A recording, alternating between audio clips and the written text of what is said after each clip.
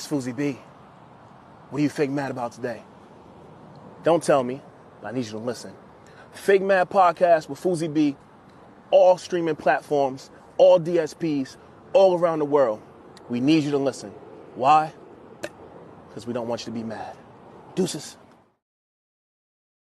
Faded, sitting on the steps thinking what's the direction I'm headed next. Hurting, nobody gave me shit. Built a lane and started chasing the check. Money bring you more problems, but that loud help a nigga with his stress. Amazing, the feeling that you had when you know you the realest nigga.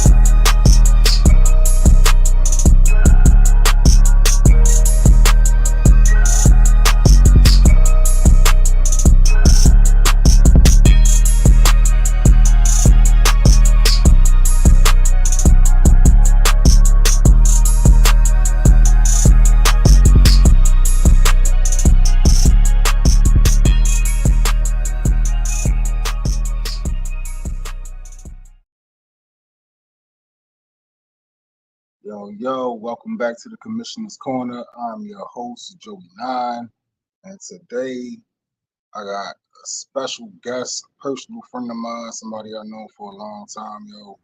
I wanted to bring him up on the platform and talk to y'all, chop it up with me for a minute. We got the one and only Mark Byrd in the building. What's good, Brody? What up, bro? What's cracking, man? You already know, man. Hey, yo, this interview right here, this is a special one for me because, like I said, this is a personal friend of mine. This is somebody I'm extremely proud of. Yeah. You know what I mean? To even be a part of his story. You feel me? Like, yeah, we got history. We got a lot of history. Yeah. But I always knew that he was gonna be sitting where he's sitting at. You know, shout out to Caution for pulling up. We did. Shout out to my bro Q for pulling up. You already. Yeah, you already. Yeah. So, yo, for the people who not familiar, I'm gonna give you the floor. I'm gonna let you tell the people where you from, bro. I am Mark Byrd. I am from Chicago, Illinois. That is where I'm from. Moved around quite a bit. Lived in Augusta, Georgia, Atlanta, Georgia, Baltimore, where I met my bro Joey. Chicago again. Yeah. So, but I'm a Chicago native. No, for sure. Yeah. All right, so what part of Chicago specifically, though? Because you know, I'm a West Sider, you know. But before I moved to the West Side, I was born in Cabrini Green Projects, so I stayed in the Greens, you know, for until early childhood, 8, 9 years old. But the thing is, my folks were still over there, so I always gravitated back to the Greens. I went to school in Rockwell Projects, so I was always in the projects my whole time. But if you really want to call it where I'm from, where I got my stripes at, is the West Side. Right. Right. Yeah. So around what time did you move to Baltimore? I know you B-more was what was that, like 2002? 2000, yeah, like 01, 02, somewhere around there. So I was there for like a nice few years or so, like 2-3 years solid. all right. And was Augusta before or after Baltimore? Augusta was before. Like I came, crazy story. Our other brother Shot. So Shot introduced me to everybody. So that's how I, ended up meeting the Baltimore crew. Because Shot was in the military with Bass and Brooks and all of them. So Shot had been telling Brooks like, "Oh, it's these kids down there," and it wasn't just me. It was I had a crew. It was like me and my two best friends, my bros and shit. So they were trying to get us all at this point, but I was the only one that could go at the time. So I slid up, and that's how the whole Baltimore thing happened. It was Shot. Shot put that together. All right. So hold up before we get into that, because that's a whole segment I want to get into. That's a story. That's a story like a woman. That's a whole story itself. Shout out to Mama Ward in the building. Shout out to Ogun in the building. Shout out to Ogun, Baltimore legend. What up? We definitely gonna get into that. Oh, we got big rest in peace to my brother Byrd, yo. Rest in peace to Byrd. Oh, that's my heart. Yeah, we gonna get there, yo. But yeah. Hey, yo, Mama Ward, thank you for pulling up. I'm especially happy to see you in here for this one because we're getting away from battle rap for a minute. You know what I mean? We're going straight into hip hop. We're going straight into some music, and we're gonna talk to my bro for a minute about his journey through, you know what I mean, his musical journey. Yeah. So, all right. So we went through that part. All right. So what was your first real passion, yo? Was it because I always known you to do both. You feel me? I've always known you to make beats and rap. I've seen you doing both at the same time. I seen you rap on the mic while you was making the beat at the same time before.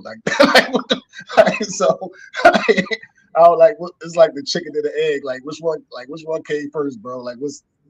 Oh man, the story of that is so it's so not what people probably would think it is. It started initially with the rap thing because my uncle was a rapper, but my uncle was a producer too. So that's where the double duty came in. So like, but you got another skill too, and I almost left that out too because you a dope ass DJ as well. But we gonna, you know what I mean? That ain't even. We'll touch that because that's not what people think either. So. Definitely not what you think it is, okay? Right. So with the rap thing, it started like how it really started was like my uncle. I remember sneaking in his room and rapping the LL Cool J joint, and he came in and he saw me doing it, and he was like, "Oh, you want to rap? I'm taking you to the studio." I was like 8. He took me to the studio. I hated it because I'm like, I'm 8, bro. I want to rock my and kick it with my homies. We in here. It's 1 a.m. I'm tired, fam. I want to go home. Right. But on the flip, he also produced. So I picked up both of those things simultaneously, if you really want to be technical. But the love for both of those kind of diminished as, life happens. So being in those environments that we in, like after a while, man, I didn't care about either one of those things. I just wanted to be outside in the street, moving and shaking, hustling and doing what it was that I was doing best. So music actually didn't come back into the fold until like later in like my late teen years. Like once I hit like 11, 12, it was a wrap. I was outside. You know what I'm saying? Right. That environment, it's you get inducted into a gang, and now it's a little different. Ain't nobody got time to be rapping when you're outside. Hell no. I mean, like, hell no. I mean, you know that because you've seen that side of me, so you know that. No, absolutely. Like I've seen both sides. Exactly. I absolutely get it. Shit, we see both. We both seen each other in neighborhoods in both of those spaces where it was right. Like, oh, okay, this is a real thing. Absolutely. This is like rats. Absolutely, yo. So, all right. So let's get to it. Like you said, you met Shot when you were in Augusta. Yeah. and it was just on some music type. Like how you and Shot link up? Okay, so what's look. This is the crazy part. I'm gonna have to end up bringing Shot up here after the story because I'm gonna have to bring Bro. Here's the craziest part about the story, right? So Shot went to school with us, with me, my two best friends. We all went to school together. That's not how me and Shot met, though.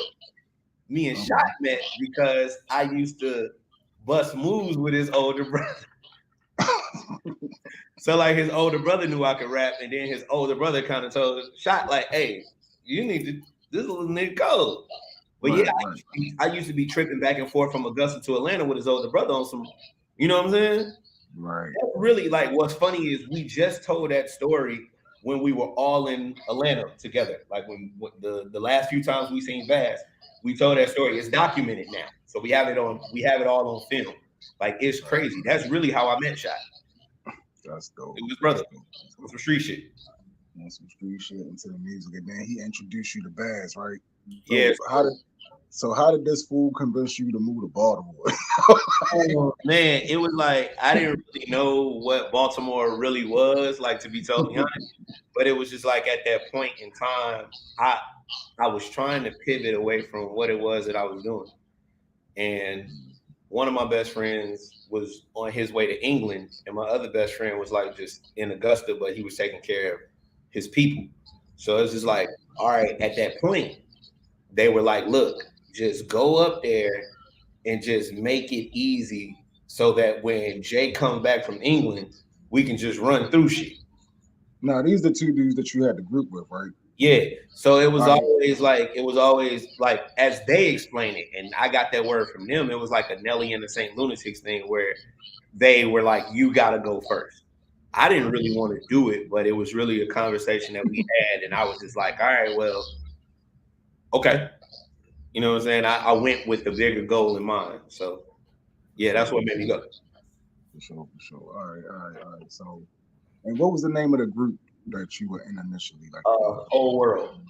Whole World, right? Yeah. Y'all ended up linking back up. No, like, we still best friends to this day. Like, I'm saying, like, y'all ended up doing a project together afterwards, right? Like, no. That was like a Chicago thing. No. Like, we ain't ever rapped together after that. Oh shit! They don't rap no more. They just on some old, you know what I'm saying? One of the bros is into photography, and the other bro is like in the fashion. So no, we still like, you know what I'm saying? I was with one of them yesterday. Got you. Hey yo, look, Shelby Raw in the building, yo. Shout out to Shelby. What crazy? Yeah, Shelby was at one point. She was one of the best female rappers on the East Coast, damn near. She was tough, G. Like, yeah, like she was tough. Shout out to you, yo. All right, so Baltimore in the house now. You feel me? Ogun in the building. You feel me? Shelby Raw in the building. You know what I mean? Like, I'm surprised Cardi not in here. Shout out to my dog, bar Cardi. You know what I mean? The time when you was here, was actually like one of the dopest times in Baltimore hip hop. You know what I mean? Locally. Yeah. Around the time it was, of course, Major Noise, which you were a part of. You feel me? With Bass and gang shit. You know what I mean? Hershey Loke and you know what I mean? Case Closed, and I mean, like the list goes on and on and on. You feel me? We had a tough little squad. We had a tough squad. Around that time, you had guys like Ogun outside. Yeah. You know what I mean? You had Brownfish outside. Yo, you know Ooh was so fucking special, G. Like, I just want to take a minute and shout out Ooh for how special he was, G. Brownfish was crazy. Rest in peace to Ooh, yo. Rest in peace to Ooh. Like, God, he was one of them ones, Jack. He was one of the ones, you know? No, facts. That was a lot of folks outside then. No, facts, man. You had Ooh, Brownfish, yo. You had Tyreek Corleone was still outside at the time. You feel me? That was Comp was outside. You know what I mean? Comp was big outside at the time. Boss Man, Northeast. Boss Man. Scar. Everybody. Yeah. Look, yo, I told him, like, we used to drive through the city. We used to see Scar and Los and them, the block, you know what I mean, on billboards and shit. You feel me? Like some BMF shit. You know what I mean? Like, you know what I'm saying? Like, Baltimore was the time, G. Baltimore was the time. Facts. So I always tell people, yo, like I was a kid, you feel me? I was like 18, you know what I mean? Something like that. I was running around to all the like open mics and all of that. Yeah. Trying to get my experience, my EXP under my belt. Yeah. And I went to the 5 Seasons one day. You know what I mean? And it was Shadow Man Boogie was the host at the time, you know what I mean? Like I was running into all these different artists, local artists and stuff, and then this one group came in. And everybody had on like these flight jackets with the wolves on the back of them and shit, you know what I mean? And I'm like, yo, who is these niggas, yo? And they came in that bitch and didn't even rap, son. Nah, we was just in there. Niggas ain't even rap. No. Niggas came in there and did a poetry reading. Oh, that was when we did the poetry joint. Okay, that, you know what I mean? Turned into a song.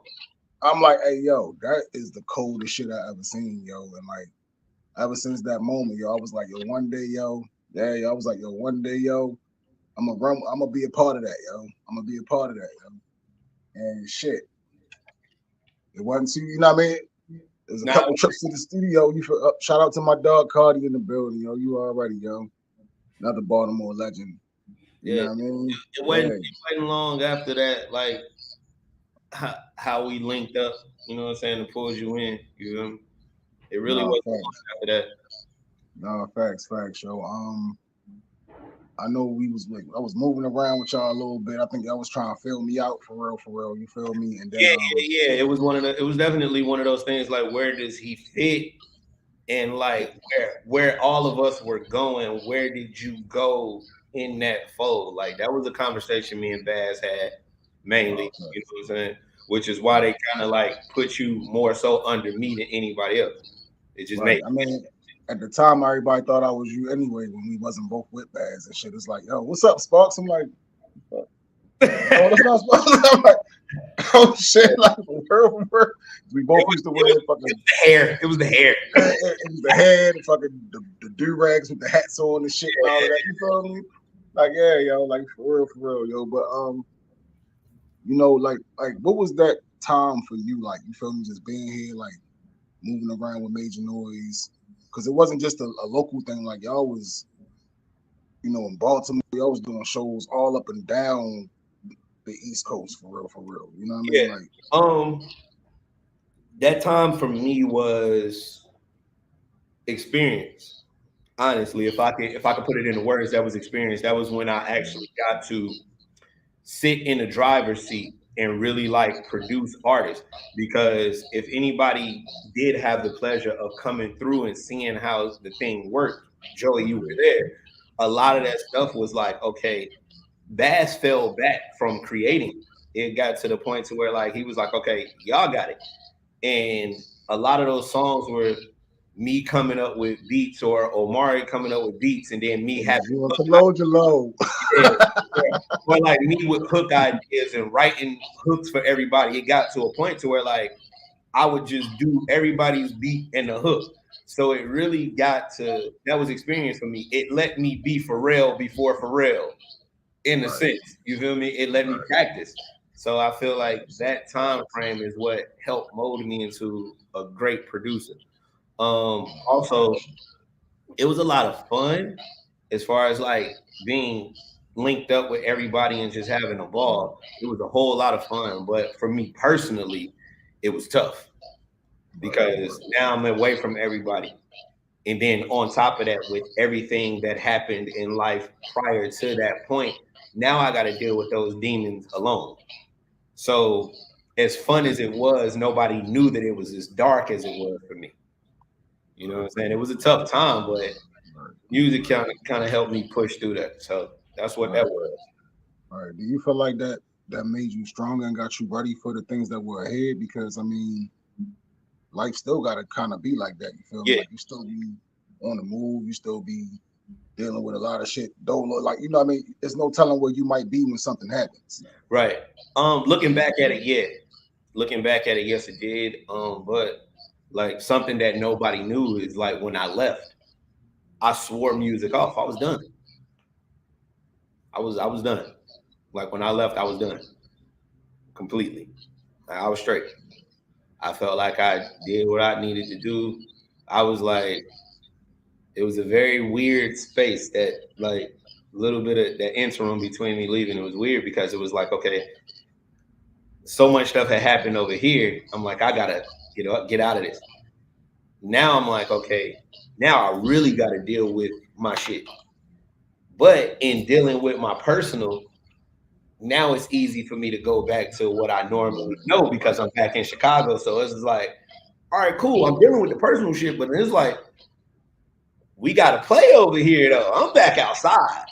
Right. So it was a battle, G. It was a battle of like, I was fighting depression, I was fighting the street, and I was also fighting my complete urge to just get away from all of that. So it was tough. That period was tough. Right. But yeah. So what centered you? What brought you back to the music? Man, the story behind that is really that's one of those, like, we haven't really had that talk because a lot of the stuff is like, once I started going to therapy, now I can talk about it, right? So in that space, I was depressed, I was suicidal, and I made beats during that time period to keep myself from harming myself. So what ends up happening is my mom accidentally takes a beat CD to work, and her coworker hears it, and he's like, yo, I want to manage him. And he comes to the crib, and he a Chicago nigga, so he talking real smooth, real right. I'm looking at fam like, between me trying to kill myself and niggas trying to kill me last night, I don't care nothing about this music stuff. Right? So he like, I'm gonna show you what you worth. So he pays me for a beat, and he doesn't even rap. He was just like, so then he links up because he was also a personal trainer. He was training a couple of players that played for the Chicago Bears. So he links me up with one of the homies. We go down to Florida. I do a couple records. They give me my first music check, like a nice music check. So I come back. Now, anybody else, you would see this nice check and you'd be like, I'm gonna try to do this. So I get the check, and with what I had put to the side, I called one of the homies and I'm like, hey, let's get a brick and let's turn it around. I'm trying to go full steam back into this thing. Oh, and man. So much stuff happened in between that prevented that thing from going in motion. So then, my man that was managing me and my cousin, who's like my older brother, they had a powwow, and they basically made me an offer I couldn't refuse on some old, like, look, settle down, focus, because you have it. Right. If you focus, we'll put the money behind it. And if it doesn't work, we'll make sure you get your brick. I'm like, it's a win-win for me, baby. And so I started back rapping. And that's what really, and it took off. It went fast too. So I was just like, all right, I got to see this through now. And then around that same time, I also started going to church. So then I started centering myself spiritually. And now I'm like, oh, okay. Now it's starting to all make sense a little bit.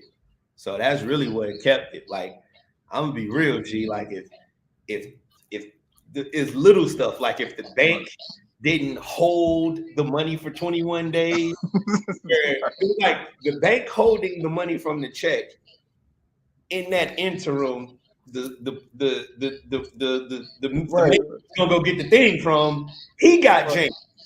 So I'm like, God was like, no. I was like, wow, it worked out how it was supposed to, because I mean, Right. Yeah, crazy story though. So do you feel like any of that would have been possible without that missing piece, like that one piece when you said when you started going to church?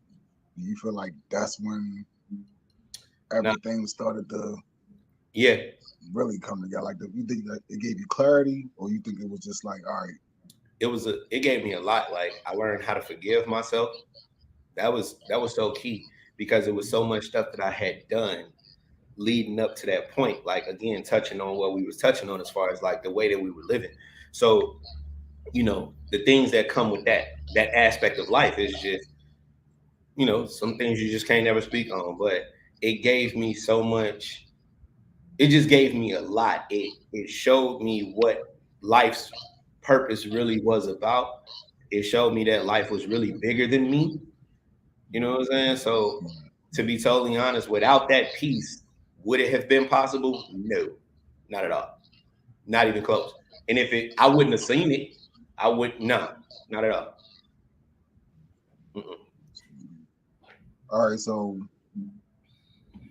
that's not the first time, you know what I mean, somebody believed in you and backed you, you know what I mean, or whatever the case may be. But do you think that that was where you really like got all the way back committed into this and it's been go ever since, or do you think there was something else that happened that got you back on?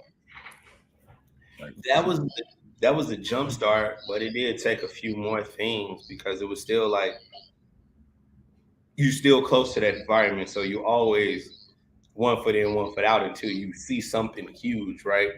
And I think the one thing that I seen that was like really big was the first placement, the Twista album. So getting placed on an album where it's just like, okay, as a producer, I've done beats for the homies, I've done beats for all right, myself. hold on. Tell them what Twista album though, because a lot, you know what I mean, they don't. All right, category F5, Twista album.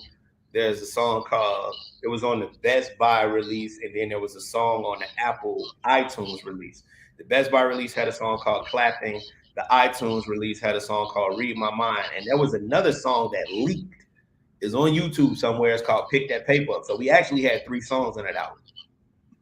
So for me, going into the store, going into like Best Buy and buying an album that you're a part of, because as an indie artist, we couldn't get into Best Buy at that time. So being able to do that and being like, okay, now I might need to be really serious about this, because right. So that was like the thing that like really drove it home for me, was like seeing that happen. I don't know if I was like, I don't know if that wouldn't have happened if I would have been like gun ho with it or not. Right. All right. So at what point in your career did you realize that you had to have your paperwork right? The Twist album. The first one. Right. Doug, so we was working through the homie, right? We was working through one of the homies, and he did the whole thing, which was, but me and the homies, I'm thinking smart, you know, we thinking like, I'm thinking street stuff, but business. So I'm like, listen, if we work through you, then we're all free. We don't all have to sign to this one nigga. We can go. I was on some Wu-Tang shit. You sign here, you sign there, you sign there, you sign there, and we'll just work together. Right. So Holmes didn't look at the paperwork. So when we finally get the paperwork, we find out, we like, nigga, you signed a work for hire contract? Bro, when we got that check, nigga, it was enough money for all of us to go to dinner and call it a night. And I'm not talking about like a super expensive dinner, nigga, like Applebee's, and go home. 2 for $20. Yeah. But right then it was like, okay, now I need to learn my lesson as far as like, okay, what am I owed? What am I supposed to get? What is the business behind this? All right, if y'all gonna put our name on this, we need to know splits. We need to know all of this, like the royalties. We need all of that. Like, so we started studying that stuff ourselves because we couldn't really afford a lawyer. So it got to a point to where like we could read contracts, or we would draw up the paperwork ourselves. Right. You know, we just made it very understandable for everybody. Made it easy.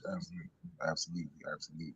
But yeah, that's how, like, so once we started doing that, that paperwork got a little, well, that's when I started dogging. I'm like, nope, you gotta give us this. Like, right.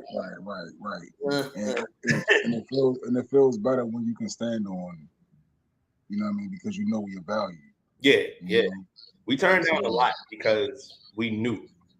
We turned down a lot. And you can't be afraid to turn it down. Like you gotta stand for something. You can't be afraid to walk away from money. Absolutely. It is what it is. Absolutely. All right, so so you talked about the Twista project. Yeah. When would you say was like the first time? I mean, that's really like, I guess being from Chicago, like that's a big ass deal, bro. Like, you know what I mean? That was huge. We were like, That's a big ass deal, yo. Like, yo, we're out of here. Yeah, that was huge. Right. But at that point, did you feel like you had made it yet, or did you feel like it was just? I want to get to that point. I want to get to the point where you started feeling like, hey, yo, like I might actually be somebody out here. Like when,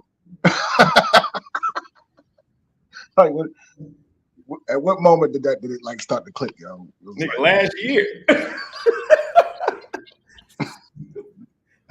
Nah, but the shit crazy to me, yo, because I like I say, I always expected this for you. You feel me? Like I always seen that this was gonna be your destiny. You feel me? But and for you, I just need to know, like, when did it actually hit you? Like, damn, yo, like, yeah. If I can be completely transparent, bro, like for real, last year. Okay. Like you go through all of these things and you're so busy in the moment yourself. Right. You know, from again, and you equate everything to the way that you come up.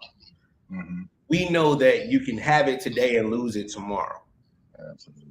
So with that being said, I was never one to run a victory lap when a victory happened. I was always like, what's next? Right. I didn't really allow myself to enjoy my success because I was drilling myself to get to the next one. It was last year. One day I was just sitting and I tweeted it. I just rattled off a bunch of the names of the people that I worked with.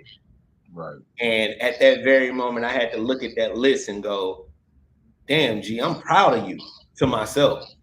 It took that long to get to that point. Like, even with, you know, making it as far as you make it, like when you think about the name, when you think about the list, right? You think about the first 4 or 5 names is just ridiculous off rip. And you don't, but when you in it, you just, and then you look at like Dr. Dre, Kanye, Wayne, 2 Chainz. I ain't even really got to go that much further after that. But then when you keep naming names and you're like Raekwon, Rhapsody, Saha, Jeremiah, Twisted, this person, that is such a, my list is really solid. Like my homie told me this one time. He was like, you don't have a lot of them. You got the right ones. You got the right ones. So it took a long time to get to that point to actually look at what I've done and be like, no, that's not normal. It took me a long time to get to that point. And that's just being completely honest. No, like it was dope for me sitting there in real time watching it happen. You feel me? Like, yo, bro, I just did, you know what I mean? Purple Tape Part 8 with Raekwon. Like, I'm like, hold up, yo. How many projects y'all niggas go? Yo, I remember one time, though, you said, yo, I was like picking with you. I said something. You was like, leave me alone before I get my friend Raekwon to chef the dish you. My close personal friend. I'm like, my good friend Raekwon the chef. I'm like, hey, yo. I'm like, it would be an honor to get this by Raekwon on the track. But yeah, it took a while. And what's crazy is what you just said is the most humbling but shocking thing is because you said it. I asked everybody close to me, and everybody has the same thing. Everybody is like, we're not shocked. I'm the only one that's surprised by the shit. Everybody else saw it. I'm like, what did y'all see? Because I missed it. Hey, yo. Because it was something that like Ogun can attest to this. You feel me? Like, he'll tell you, like, yo, Sparks always been the energy, yo. You feel me? Like, I used to always think that y'all two were having like a fucking energy match off or some shit, like to see who the fucker had the most lit show performance or whatever. Like, energy was the craziest. I'm like, don't put us on don't put us on the bill with Ogun. I need 37 5-hour energy drinks to keep up with him. Yo, the only person in Baltimore that could even stand and have a show the same night as y'all, and niggas be like, yo, I don't know, son. I might have to stick around for this one. With Shank Rock, yo. Shank Rock was the only one, yo. Wow. That's a name. You yo, names, Jack. Big Shank Rock used to come out there with the whole Baltimore street. Shorty, like he had nothing but strippers on stage when he was rapping. Facts. It was like, everybody stands for that. Nobody's yo, you walk in the event, you be like, yo, hold up, yo, is this the hip hop event or is this Norma Jeans? Where we at? Like, nobody's missing Shank performance, dude. Like, I'm missing that. No, facts, facts, yo. But like even let's go back. Like we went to Augusta and did the Augusta Mayfest. All right. Yeah. That was crazy, right? That was crazy. You know what I mean? Because if I recall the story correctly, it was supposed to be T.I., Lil Scrappy, and then us. That was the lineup. And then T.I. decided that he wanted to go out there buying, you know what I mean, shit he wasn't supposed to be buying. He get caught up in shit, and he can't make it to the show now. So now we co-main eventing with Scrappy now at the Augusta Mayfest. Yeah. Do you remember when they broke the gate down trying to rush the stage?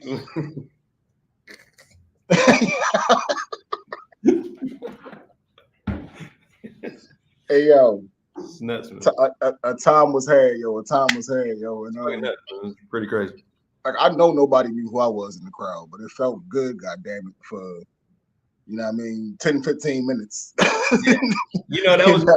That was me and Shot show. Like that was our shit. Like everybody knew me and Shot, so it was like everybody knew y'all because it was like, hey yo, when we did that overnight celebrity remix show, we was on top of the speakers and shit, and they started jumping on the fucking gate, bro.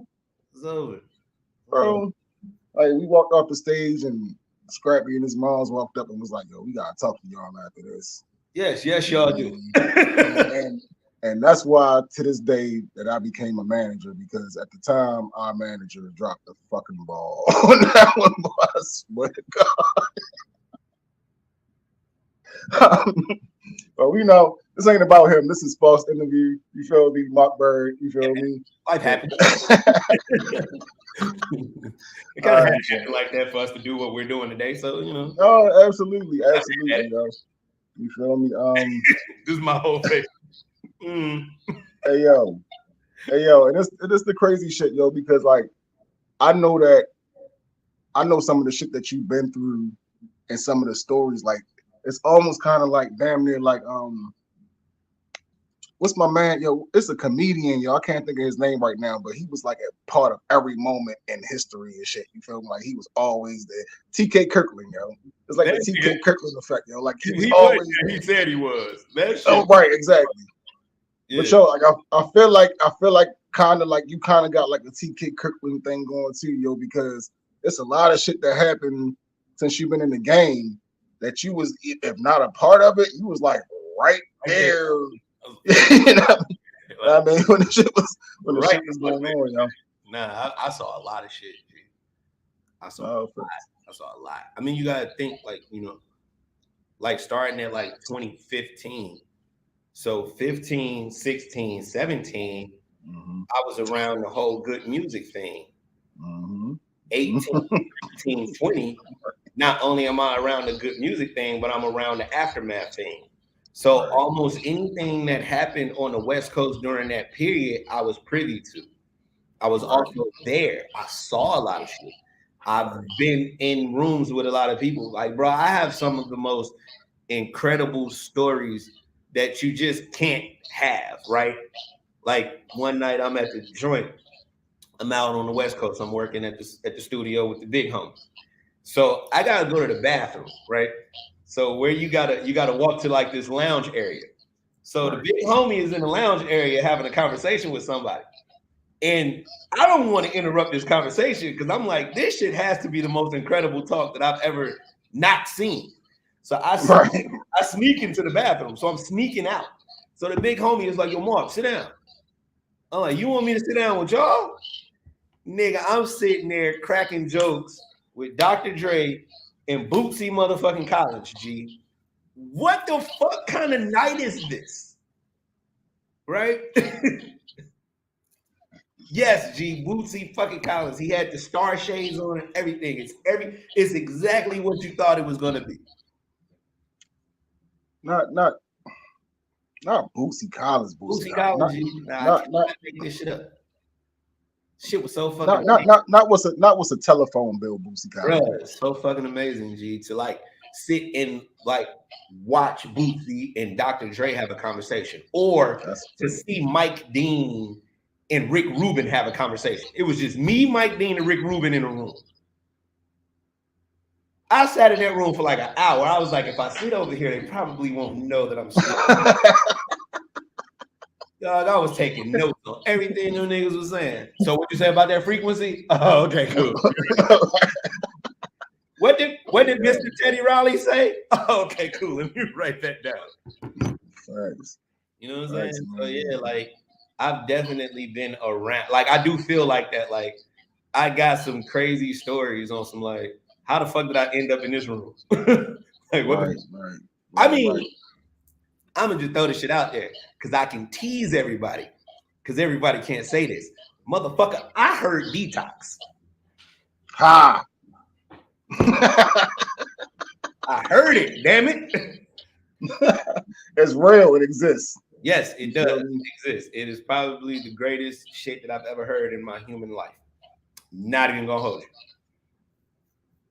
That's crazy. Bro, that nigga played me some records. I was ready to, like, I am, this sounds like I'm being facetious. It sounds like a joke. After hearing that shit, it made me realize how far away I was.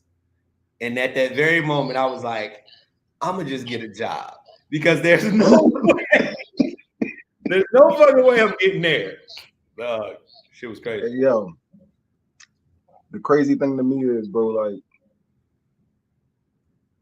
I remember coming, to you like some years later after you had, moved out of Baltimore and you was doing your thing, and I was like, yo, bro, like, this shit still go hard, yo. Like, I mean, this old Wolfpack shit still go hard, bro. Like, you should. I was like, nah. He's like, nah, that shit is so far removed from where I'm at now. So, as a producer, do you feel like it's like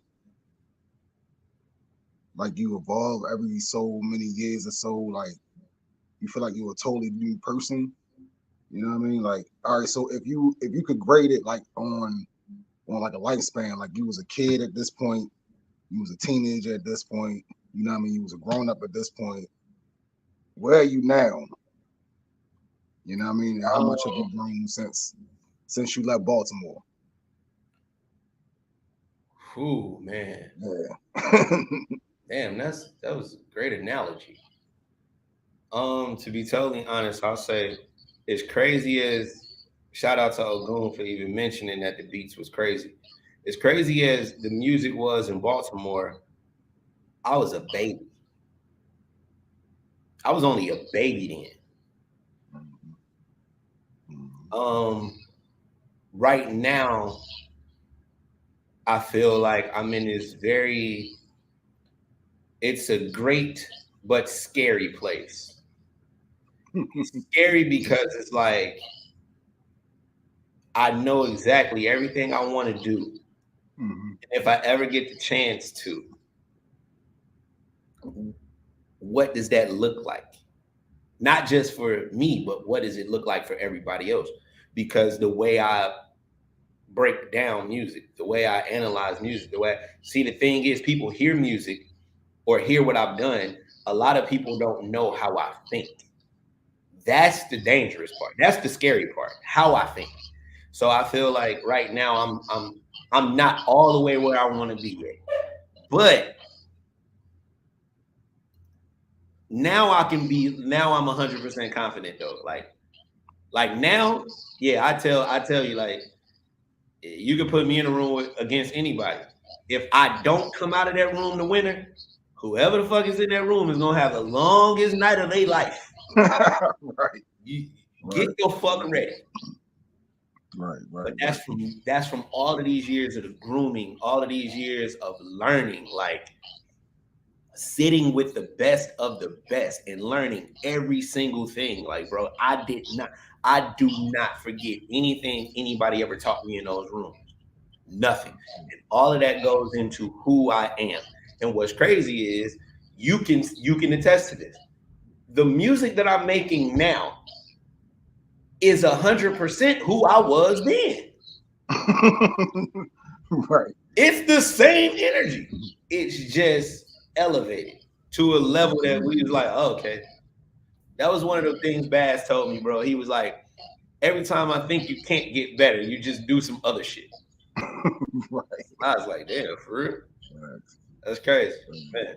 Right. I mean, shit. I don't think I could ever put a ceiling on it because I wasn't looking at it from a teacher-student type of setting. Yeah. You know what I mean? Because, you know what I mean? I always looked up to you. You feel me? Like, I always looked at you like, damn, yo, I got to keep up with Sparks. You feel me? Like, if I go in the booth, I got to watch out for Sparks. You feel me? Like, that's how I always looked at it, yo. You feel me? So, maybe that's... No, real shit. Shout out to Shelly. Appreciate you, sis.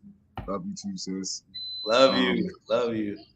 No, facts, y'all. Man, I appreciate that. Oh, for real, man. For real. Thank you, man. Like, for real. That's facts. Every compliment means the world to me, G. Like, for real. Like, everyone. Facts.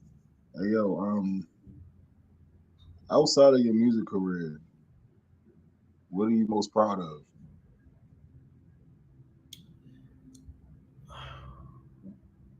Being a father first, that's like the most amazing thing ever, to have a kid in college, have one about to graduate high school soon.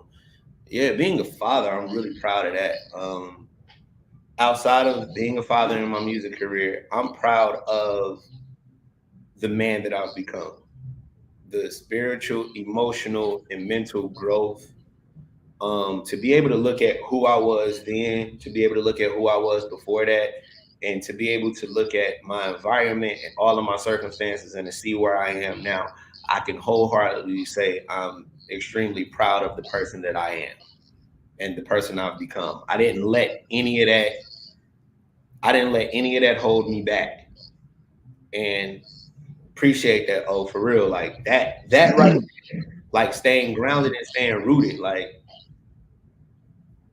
to be able to say that I'm an elevated version of the person that I've always been is everything. No. Like, nobody can ever be like, oh, that nigga switched up. No. I'm the same. Nope. It's level. No, absolutely. I went to therapy. I learned some stuff about myself. It's levels. Absolutely. Those are the things that I can say I'm the most proud of. Like music aside. Yeah, those things. For sure. Thanks. Okay. All right, so in your opinion, right? My opinion, okay. Not what other people will look at you and say, yo, this was the biggest shit you did.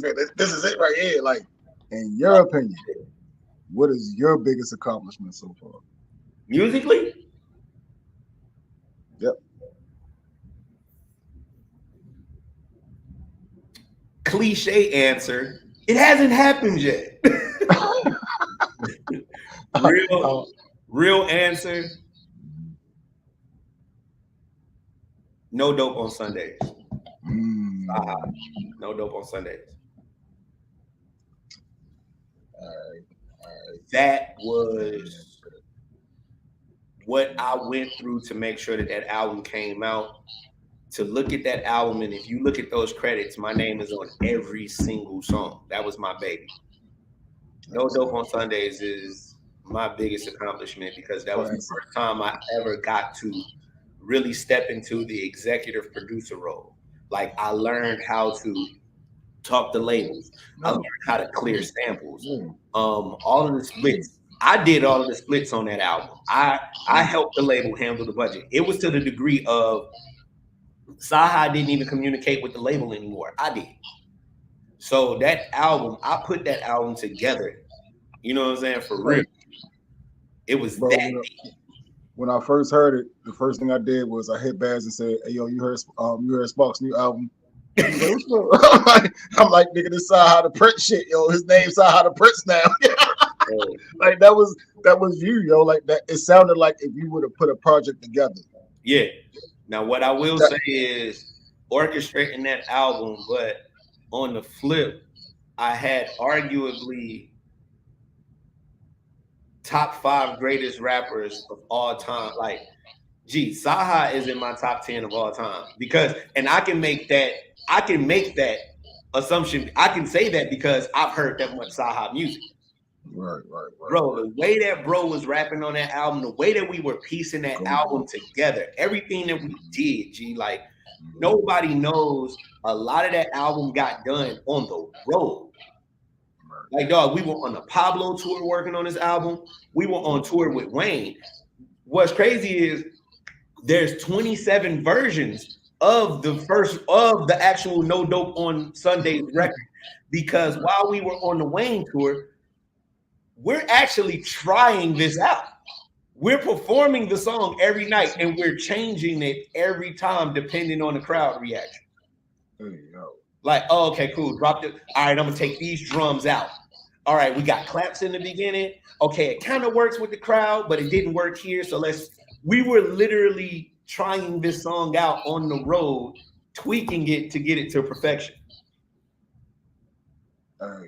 It's some boy, the shit that we did with that album was crazy. That's fire. That's like, fire. I mean, crazy.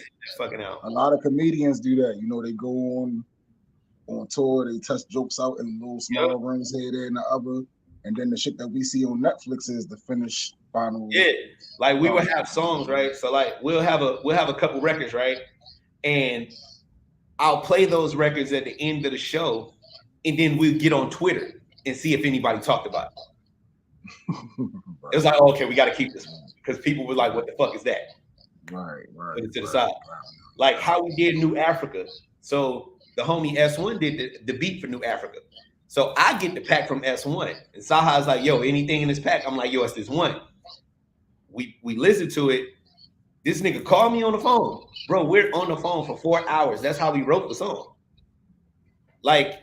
He would throw bars out. He was like, "Yo, I want to say this," and I would throw the line out. Okay, that's the line. Like we were so close knit working on that album. A lot of the times it was like it would just be me and him, and this was before the label came in. We started working on it. So let's just say we had a show in North Carolina. Like, we would rent a truck. I grabbed 2 pistols. He grabbed 2 pistols, and it's just me and him on the road. We writing the songs in the car. Like we worked on that album. Like we worked on that album. In the element. Yeah, that's my baby. Right. That is my baby. And it took me like 2 years to listen to it. Because I was just like, I know what I put into that. It took me 2 years to listen to it from top to bottom. And when I did, I was like, I cried. I was like, damn, man. That shit was real, G. It went crazy. Like it's everything. Like we were so detailed on that album, G. Like for real. Fire. That's if y'all didn't know, if y'all don't know, go back. If y'all are not hip, go check out Saha the Prince No Dope on Sunday. This shit still go hard to this day. Man, to this day. Wait till y'all hear this new shit. Wait till this new shit drop. I just got off the phone with him earlier today. Where did this new shit drop? Oh shit, yo. Nah, we went ape shit on No Dope on Sundays, man. That's my baby. So yeah, that's my proudest. And I'll say the Kanye thing because I was able to give my mama a platinum album. Talk about it. Or just the joy of being nominated for a Grammy and being able to text my mom and be like, "Hey, I'm supposed to get tickets to the Grammys. If I don't have that to do, would you be my date?" Fire. Like those moments. Look, ain't no man ever hit you with this one before. I set the bar. The bar is here. Look. Good luck. Good luck. Good luck trying to get over the bar I set, nigga. But nah, that was like Makes sense. because I know, like I say, like growing up, I know the shit that I put my mama through. So for me to give her that was to show her that it wasn't in vain. Absolutely. Yeah. So we talked about No Dope on Sundays. You talked about Life of Pablo. What were some of your favorite projects and experiences outside of those? You know what I mean? They don't always have to be the biggest, you feel me? The biggest Okay. artists. The Rhapsody shit was so crazy. The Rhapsody. Hey, yo, bro, that shit so fire, bro. Like, I still gotta I used that in a couple of my promo videos for a couple of joints I was doing. You feel me? Like, that shit is crazy. What's wild about that night is, so when that happened, I remember the exact day, right? It's Air Max Day, 2018. We are on tour. On the tour, we had an off day. And so I had to go wash clothes. Because when you're on tour, you're living on the bus. It's like, it sucks. Right. It's great, but it sucks. So I'm washing clothes, and our tour manager hits me, and he's like, yo, get back to the bus now. So I'm like, we leaving? I'm like, we got an off day. He like, no, I'm going to 9th studio. Nigga, I peel out so fast. Motherfucking clothes were still wet. All right, they didn't even cry. I'm like, I'll figure this shit out later. We got to find a laundromat later, but let's go. Right. So we go to 9th studio, and first of all, I'm just in there watching 9th make beats, and this is the craziest shit. I'm like, Jesus Christ, what the fuck is that? So 9th is making the beats. So E. Jones, pretty much everybody from Jamla and the Soul Council is there, and we're just cooling this shit. So in walks Rhapsody. So we all just joking, having a good time. It was like we talking shit. So somebody is like, yo, Byrd, you should play beats for rap. And I'm like, okay. So we go in the back, into the studio room in the back, and I just start firing off joints. She picked like 8 of them. But that Nina joint, when I played it, she was the first person to ever hear that beat, because I knew, I was like, there's only a select few of people that I can play this for. So when I played it, I remember Knife walking in the room like, what the fuck is that? And he left out.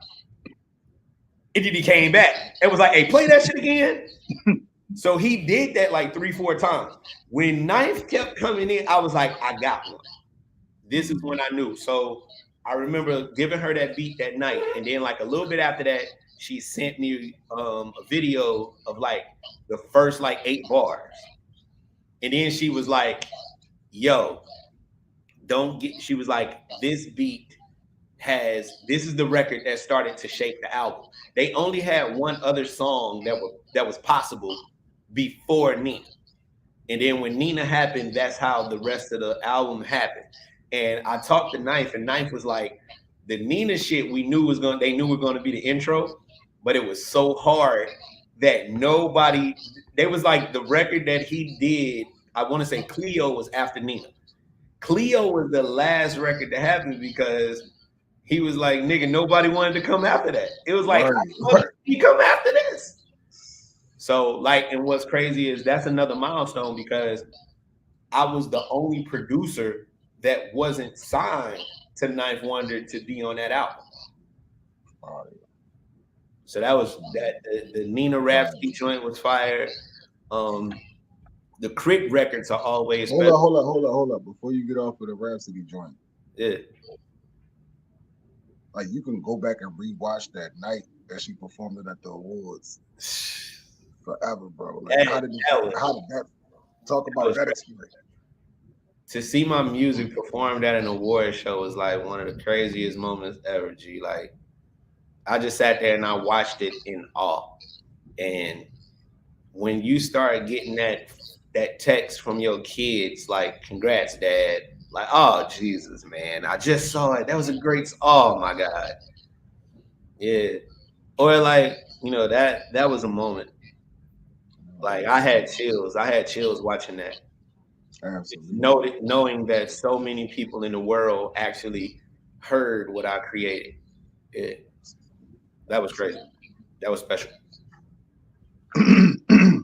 another moment I could say that I was proud to be like, yo, that's my brother. Shit, look, watch this shit. Sharing this shit to everybody. Everybody watch this shit. Look at this shit, yo. This shit is hard, nigga. Listen to this shit. You feel me? That was one of the ones, G, like for real. No, facts. What awards was it? Was it BET? I want to say BET Awards. It was the BET Awards. Yeah, and that was well, how many years ago now? I want to say 2018, 2019. It's one of those years. Yeah, it was. I'm pretty sure if you pull up Rhapsody BET Awards or Rhapsody Nina Live, it'll show up. If you pull up Rhapsody Nina, that's going to pull up before the actual video probably pulls up. Probably, yeah. You know, like, that's how dope the performance itself was. Mm-hmm. Nah, she killed that shit. You know what I mean, that's how powerful that was. The visuals, you know what I mean? And then what she did over it, like, the beat alone is fire. Like, the beat is one of those beats where you could just play the beat and it's complete. But what she did over top of it was beautiful, yo. Like, she really, like, took it somewhere else. You feel me? Like, that song almost didn't happen. Nina Simone's people didn't want to clear the record.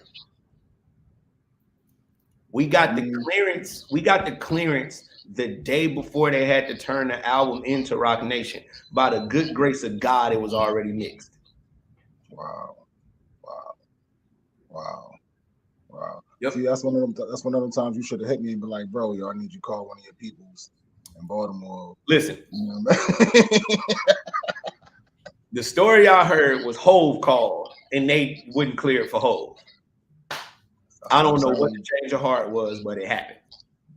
Hey, they probably actually listened to it and was like, yo, this is fire, yo. That shit almost didn't happen. The day before they had to turn the album in, by the good grace of God, that song was already mixed. Hey, God be working out for me. God be like, all right, I'm gonna just make you wait on it. Here you go. Right. Hey, homie, appreciate you. So what y'all learned so far watching this interview? Go to church and no dope on Sundays. You know what I mean? And that's part of church.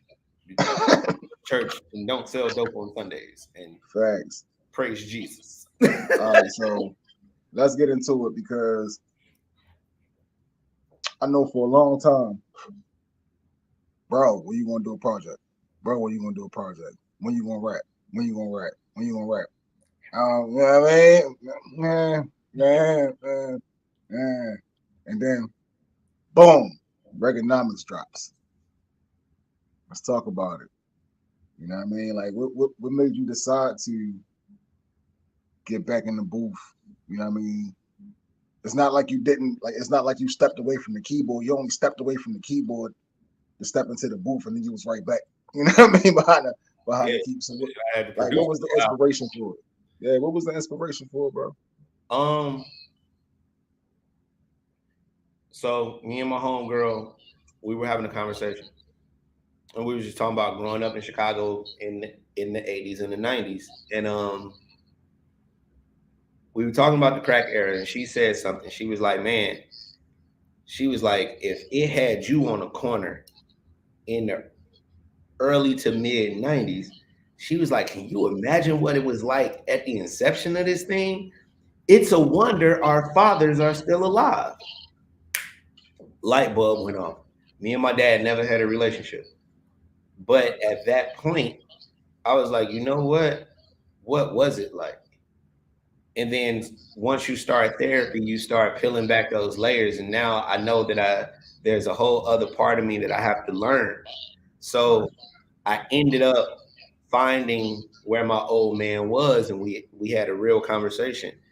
And in that, at that very moment, I felt like I had something to say because I knew what the Reagan era and the crack era did to the Black community and the Black family specifically, because my Black family was directly affected.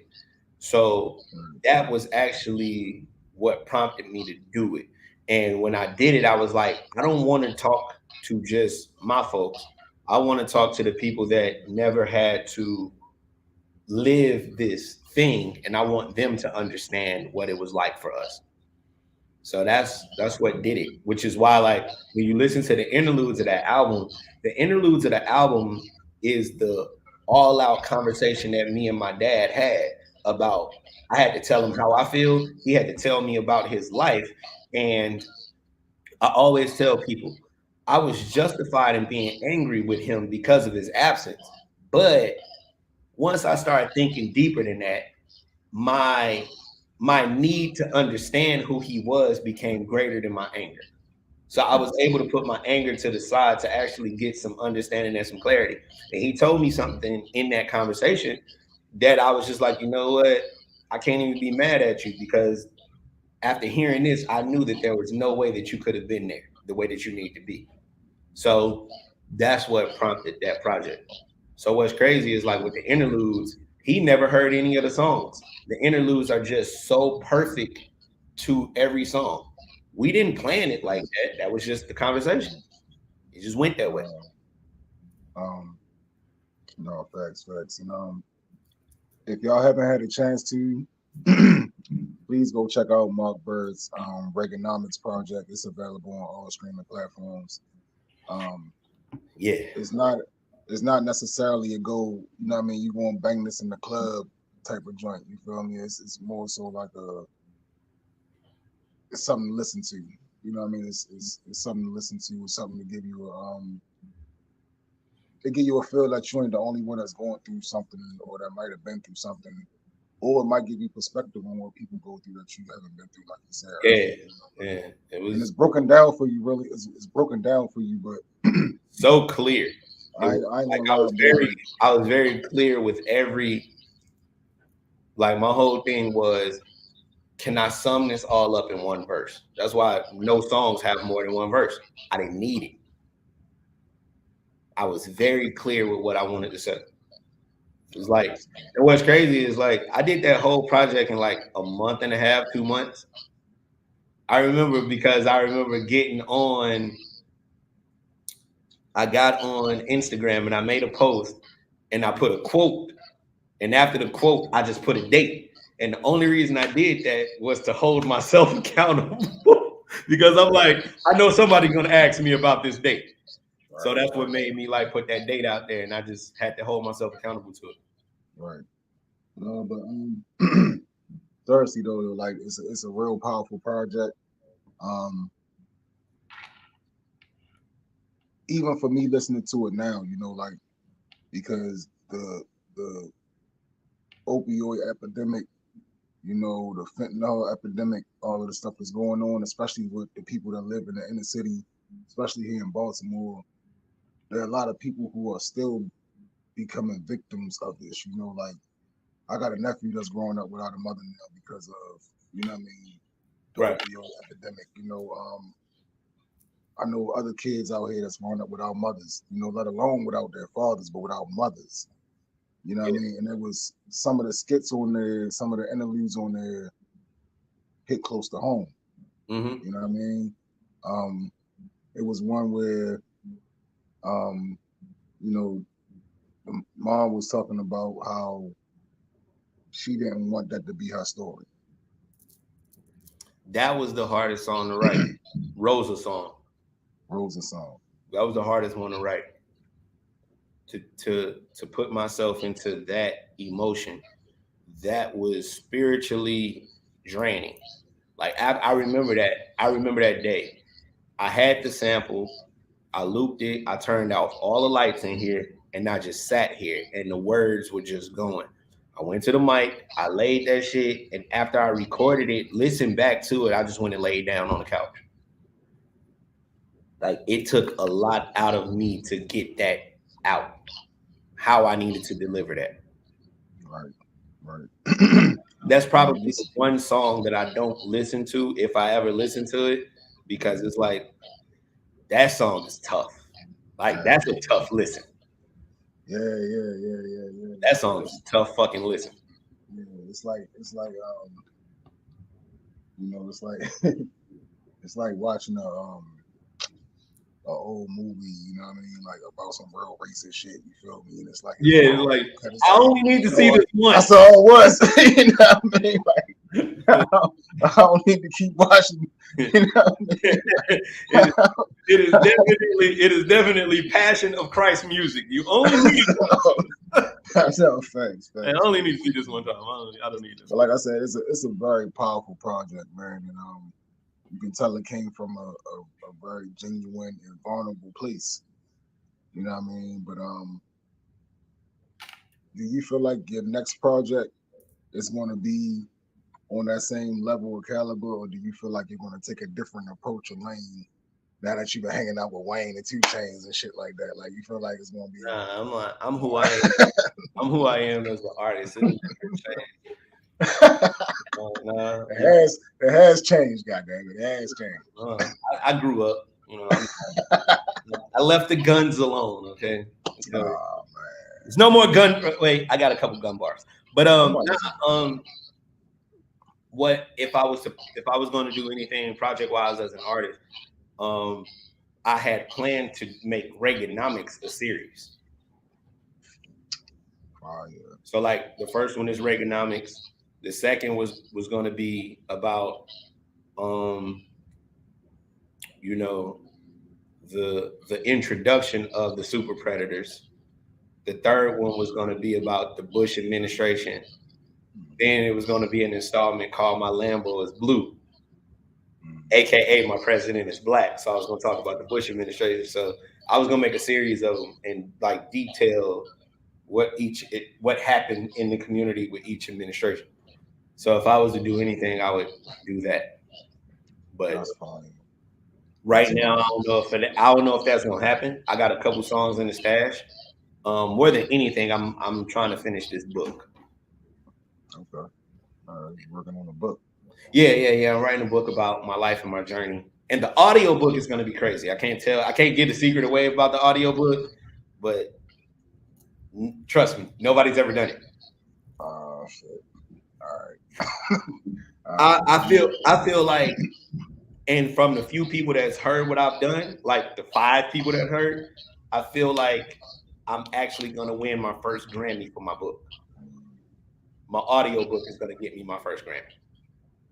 Because nobody's ever done it. All right, Shelly, look. Me and Shelly need to hear that, yo. Like, you just need to call us. You know what I mean? I want to give it away, but I don't want to give it away because I don't want anybody to hear my idea and run with it before I get to do it. Right. That is right. Woo! Yeah, I already know. I know how the mind works. You feel me? I already know how creative you are. I can't wait to, you know what I mean, get a copy of it. You're one of your biggest supporters. I got you. Yeah, we definitely looking forward to that. All right, so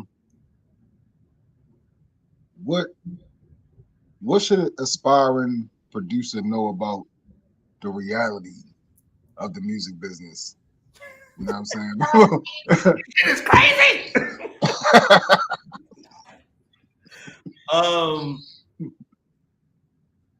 You said it. The music business. Know the business. Know the business. Know what you're getting into. Know what you're supposed to get. Have your shit in line because these people will really try to get over on you every time.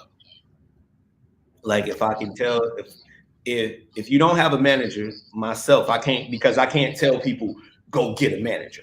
I did my whole career without a manager. What I do have is an amazing lawyer. If I have to get her on the phone. Oh yeah, the other thing. Women. If you gonna get a manager, get a woman. If you go get a lawyer, get a woman. Women are so much more effective. They just get shit done. Like, oh my God, my lawyer has been a godsend for me. Like she's done stuff that my manager, if I had a manager, should have done.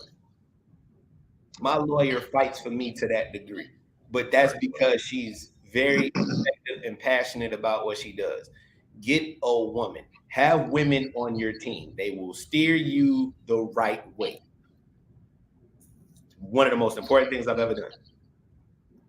But yeah, learn the business, man. Learn the business. And there's so many other ways to make money outside of just getting a beat on an artist. There we go. I mean, look at the last thing I just posted. That was NBA 2K. I don't know if y'all know that NBA 2K money, it look good and it come fast. Ain't no net 30 with NBA 2K. I sent that invoice, they paid me same night. Like, oh, what about you? That's a wire? You guys want to do more? I have more. Just need you guys to know this. Hey, yo. Yeah, fire. Yeah. All right, so I had this conversation a lot with people, right? All right. And I get it. I understand it because I know how the music business works. I know how the rap game works. I know how it all works. To me, the only thing that happened was, you know, rap and hip hop. Sorry, I had what up, nephew? Right.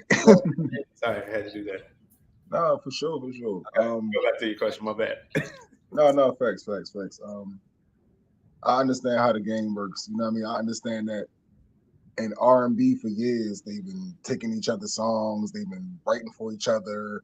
We praise Babyface and all of these people for their songwriting and this, that, and the other. But then when it comes to hip hop and rap, it's new. It's still new.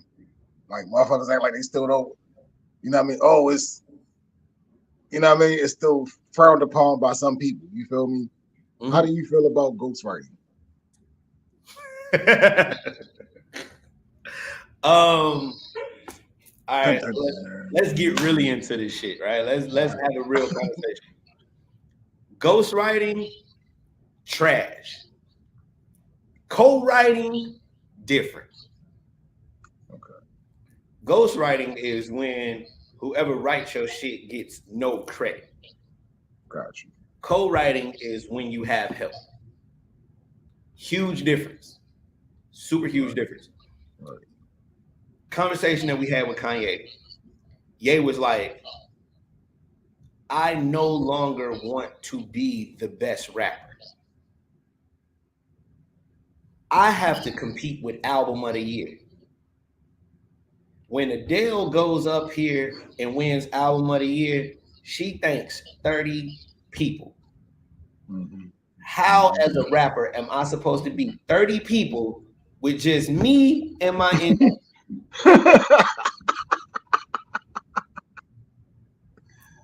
Hey, yo. He's transcended rap. Like, a good song is a good song. Now, it gets a little sticky when you running around saying that you're the best rapper in the world and you got help. Wait a minute. You're a great songwriter. You make great songs.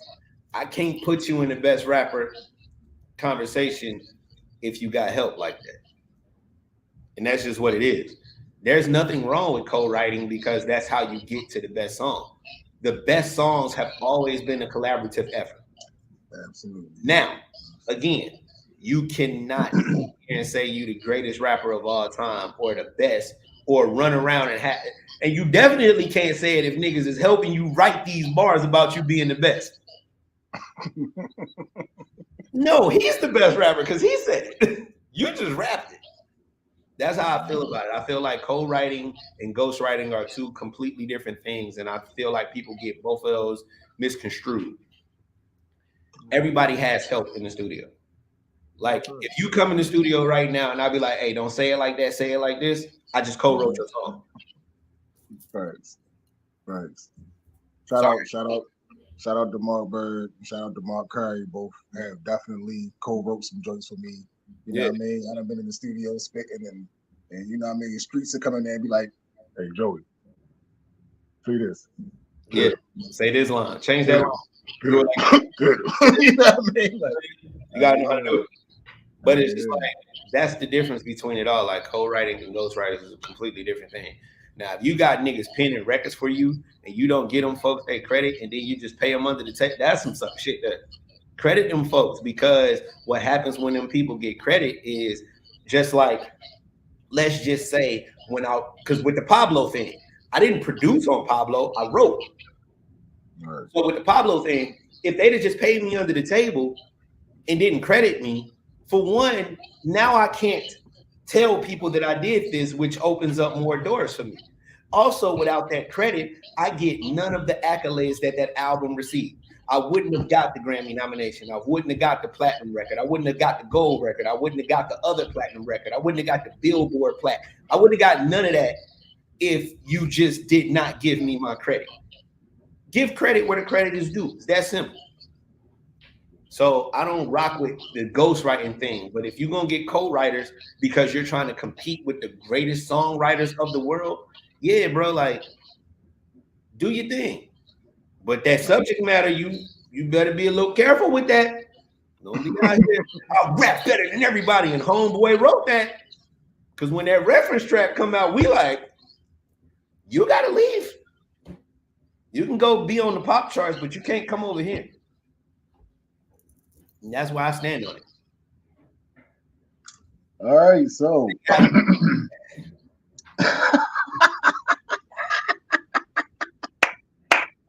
I know what you're trying to get to. look, Go ahead, because we can have this conversation. You know I ain't scared of this conversation.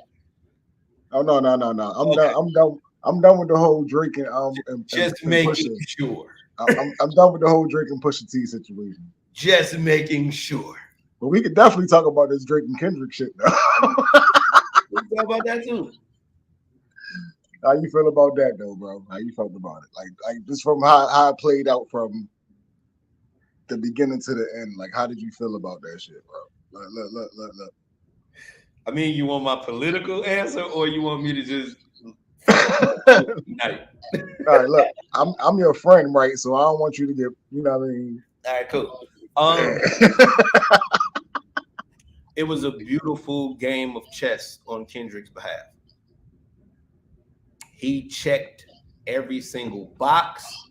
Not only did he check every single box strategy-wise, he beat him on every type of record. Think about it. Euphoria was actually a Drake-esque type record. That high energy horns, Euphoria damn near mimics first-person shooter. He killed him there. That 616 in LA, where it's just like that was the one for me. The 616 that was the one for me. That's pure hip hop bars. That was my favorite one out of it. Killed him there. Meet the Grams was story rap. He killed him there on some stand type shit. And then he dropped a hit record. He beat him in every arena, as well as strategy. That was a good old-fashioned ass whooping. That's just all it was. And what's funny is Drake, Family Matters had potential, but it got stepped on. So the fact that Family Matters was up 20 minutes and then Kendrick dropped, I was like, oh, it didn't even matter if the record was great or not. It's just the fact that he did it. And if you listen back to it, go back and listen to Euphoria. Kendrick told you what the next record was going to be. He's going to fabricate stories on the family because he heard Mr. Morale. And the next record that you drop is Family Matters. Nigga, he called your playbook. That was the greatest game of chess I've ever seen played. It was beautiful. It was fucking beautiful. And I feel like it was one of those things that kind of needed to happen to give a little balance. Because it was like, okay, you can really rap and still hit shit. And the fact that out of the top 10 records on iTunes, the top 10 records on Billboard, 4 of those were diss records. Yeah, let's restore the order back to hip hop. Let's do that. Look, that's why I'm not mad at either one of them. You feel me? Because I feel like it was a necessary. That needed to happen. Necessary. And look, and a lot of people get mad when I say this, bro. Like a lot of people get mad when I say this, yo, because I feel like Drake is kind of like the LL Cool J of like the current time right now. You feel me? Because he's like the poppy, like the real hip hop. Like they hated LL Cool J back then. But what's your ass though? That's the thing. Like I can't give Drake that. All right. Here's my honest opinion on Drake. And I've said it. All right, let's get to the real shit about home.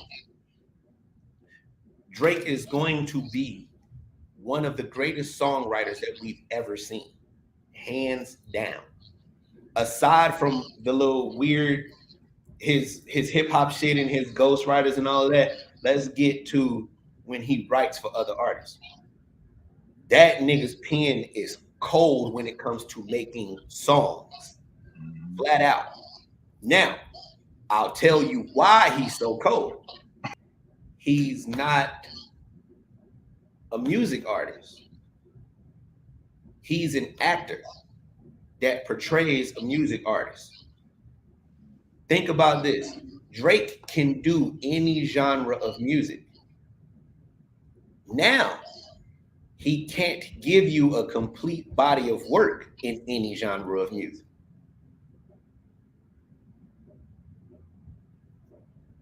He's just good enough at everything.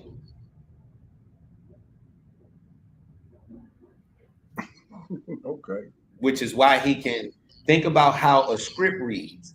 Scripts read in and out of emotions. If you watch a 30-minute television show, you see those characters go through every single emotion. Think about how Drake writes. He's in and out of emotions. Think about how well he can do other people's accents and all of this because he's an actor.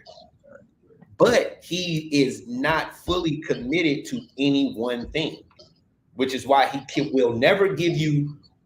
We've been asking for a solid rap album for Drake just so we can stamp him as one of the best that we've seen in hip hop. He cannot give you that. He can't give you a complete R&B album.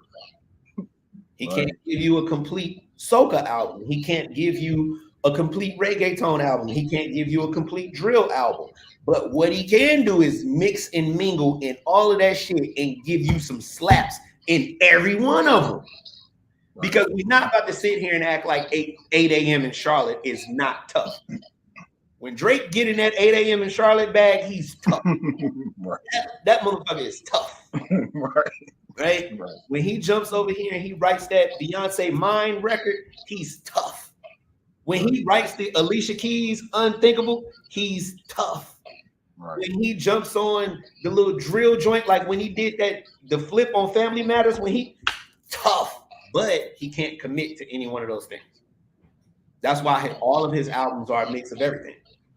Right. And that's my honest opinion on it. That does not take away from him being an amazing artist and him being an amazing songwriter. He's an amazing songwriter. But I just don't feel like he's a purebred artist as far as like most artists have a one thing that they're really exceptional at. He just does everything good enough. And I'll leave it there. All right. Nick cold. All right, so, I ain't about to act like he ain't cold. All right. So my sis Caution told me to she wanted me to ask you this question, right? All right, go ahead. Shoot. Do you have a beat for anybody that they haven't heard yet that you never played yet? Like if you just name somebody, do I have it in here? No, I'm saying, like, is there a beat that you have that you made for somebody specifically that they haven't heard yet that you haven't played for anybody yet? For anybody at all?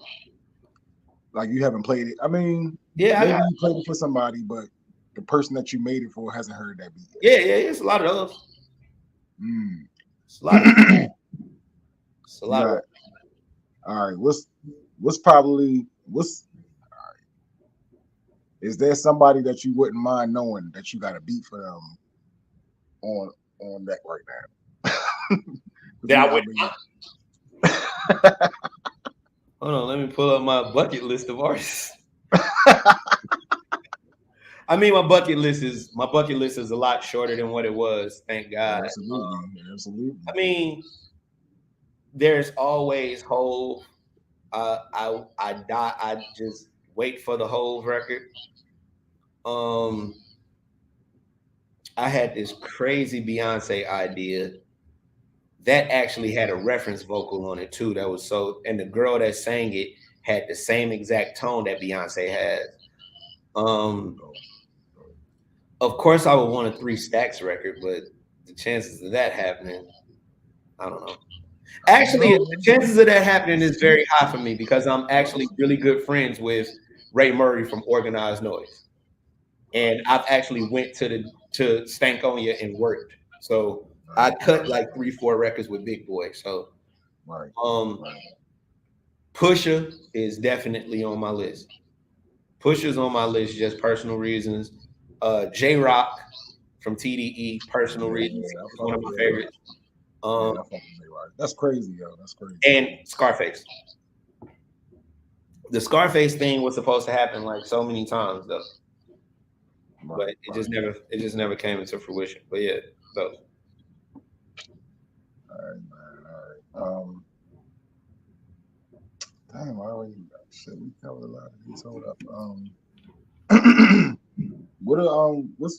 Let's talk about your most recent drop. You feel me? Like you done had some music credits that's been recently released. You know what I mean? Like definitely the 2 Chainz Lil Wayne project. Like I think that was like the last one, really. Yeah. I definitely want to talk about that. Like, so what was it like for you working on a project with 2 so very beloved artists, yo? You feel me? Because everybody fuck with 2 Chainz, yo. Like, how can you not fuck with 2 Chainz, yo? And Wayne is Wayne. Like you said you was trying to get the you know what I mean, get the whole, god damn it, you got the Wayne. Like, that was kind of crazy because like me and Chainz, we've been rocking for like 4 years now. So yeah, I'm sorry what they did to him on BMF too, yo. That was sad. Oh dog, I text that nigga. I was like, damn, they did you dirty, cuz. But god damn. So working with Chainz, he's probably easily one of my favorite people in the world to work with. Just joy every time, like very hospitable. We always have a great fucking time. We talk often. He's one of those, if he's ever in the city and I just text him, I'll be like, yo, you here? Pull up. I got you. Vice versa. So we were like 30 songs in. We've been working we have an album. There's an album fully produced by me at this point. Damn. So that's crazy. When I remember giving him the PPA beat first, and he was like, yo, we gonna use this for Collie Grove. I was like, in my mind, I'm like, all right, whatever, nigga. Right. So when I went to meet him one time, I think I was in Atlanta, and he played the shit for me. I was like, holy shit. Hey, yo. Now, here's the crazy part. If you listen to Reaganomics, Dear Mr. President and Significant Other are the same record. Because when I talked about Reaganomics, he posted he commented and was like, I should have been on this. So I sent him the album. He was actually going to do a verse on Reaganomics. Then he just asked me, can he use that beat? Right. And that beat became Significant Other.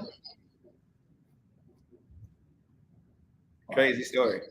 Fire. But yeah, like I had a couple more that they laid, but those were the ones that made it.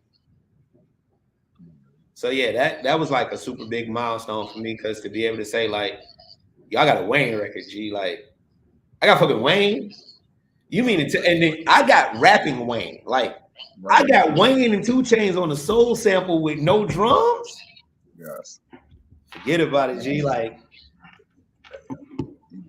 that's a thing. Yo, who has the hardest work ethic out of everybody that you've worked with since you've been in the music business? Show? Dr. Dre, hands down. Never seen nothing like it. Ever. Because you got to think, he ain't got to do shit. He got the billion. And he's still out working everybody. Never seen nothing like it, G. That man told us, I got $1 billion. So, nigga, you need to be here before me, and you shouldn't leave until after I leave. So you get that phone call, like you'll be in LA and you get that call, like Dre says 7 o'clock at the studio. Be there at 5. Right. You might not go home. Like you might get lucky if he has something to do with his kids. He'll leave at 8, 9 in the morning. But if not, nigga, we about to run this bitch down to like 1 p.m. We talking 20-hour sessions. This nigga got the billion. He ain't got to do none of it. But he going to that motherfucker every night, every time. Chains is another one. Chains raps almost every night because he was like, he still got something to prove to himself. Right. Like, yeah, those, Right. and yeah, definitely crazy work ethic. But Dre is a different monster, bro. That's like, wow. I mean, you said something earlier that once again it put me in mind of that spirit that you had that made me believe that you were always going to get there. You feel me? And it was you was so busy living in the moment that you didn't really stop to realize it. You feel me? Like you was always figuring out how to get to the next step after that. Yeah. You feel me? And it kind of remind me of like that Floyd Mayweather mentality that he had. You feel me? Like he would win the fight and then go right to the gym afterwards, get back to work. You know what I'm saying? Hard work, dedication. Hard work and dedication, yo. Yeah, like I definitely be like that. Like a record to come out, I'd be like, damn, that's so fire. I look at all the posts for like a couple hours and then I'm right back in the spot to shooting shots. Like, I'm right back in this bitch. Like, all right, something else is coming, so I have to be ready for that thing. Right, no, facts. Hey, yo, like, while I got you up here, bro, like, I know you got something more on deck, you feel me? I mean, like, you one of them people that be throwing shit together real quick, too, yo, but you got anything, like, any samples that you can let somebody hear real quick, yo, that's watching right now that might not be familiar with your sound, bro? Like, you got something you can drop real quick for the people? Man, we can shake the building up real quick. All right. It depends on where you want to go. Hey, look. You the one making hits, yo. I'm just a fan. You feel me? Like you make the hits. Let's play some crazy stuff. Let's get into like the crazy band. Right. Hold up. I gotta pull up my sheet. Open shit. This was like, look. Everybody in here done been in the studio. You know what it's like. Oh yeah, it's about to get crazy. Oh, it's going to get crazy. It's pulling up. All right. You might want to mute your mic because I got to turn my shit up.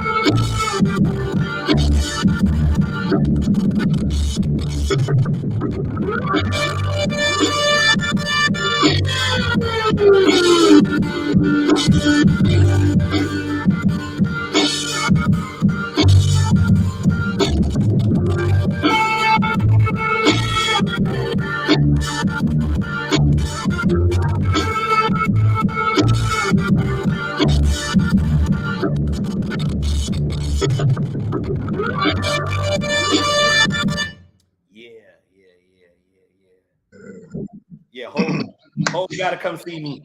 God love him. You know what I'm saying? Hope up a little higher, yo.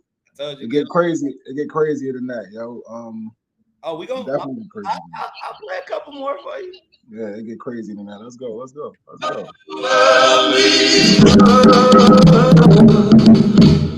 the world needs.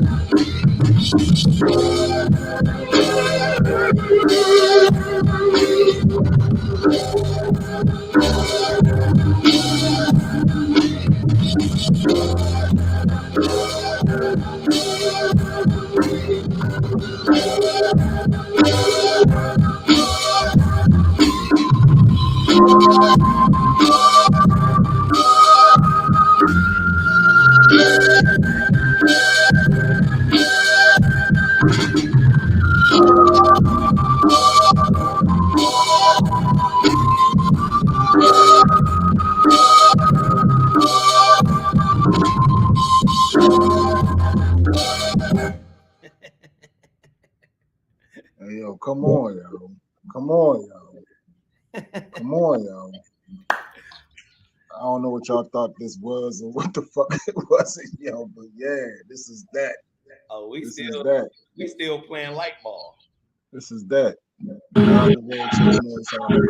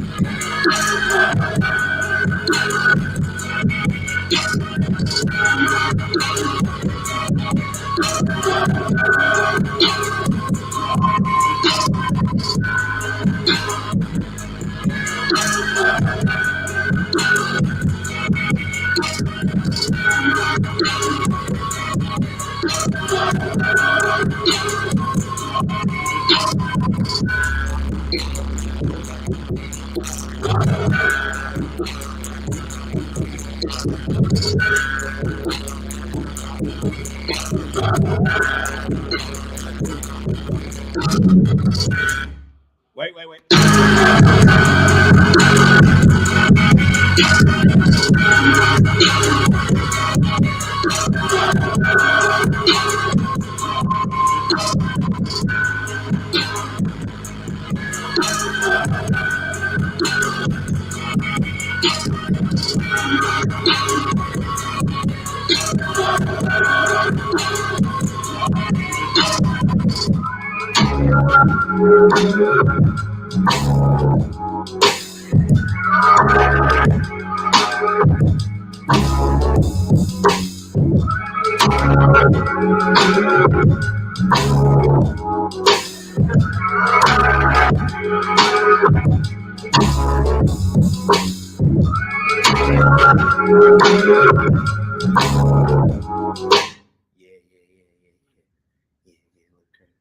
Hey, yo, stop playing, man.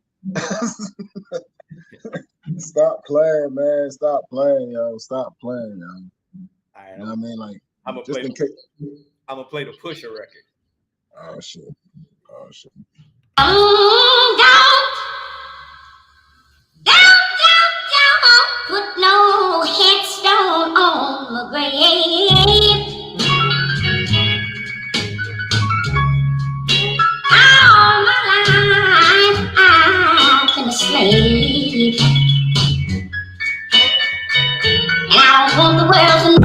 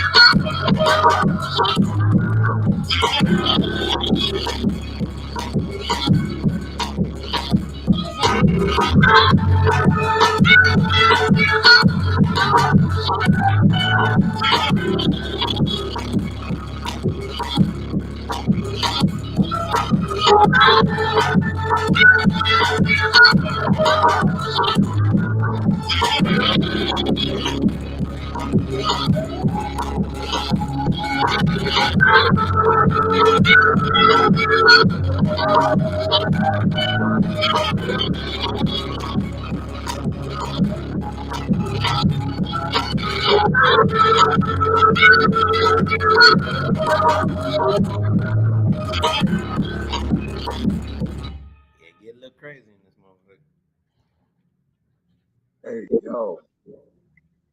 I'm telling you, this shit is over here for everybody. It's a record for everybody. Hey, yo.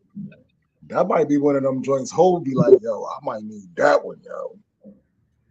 Dog, I gave one. Nah, it's a joint that I can't say who got it, but I know who I gave it to. They gave it to Ho for the feature. I'll play it. When you hear it, you're gonna be like, "Nah, that's the whole record."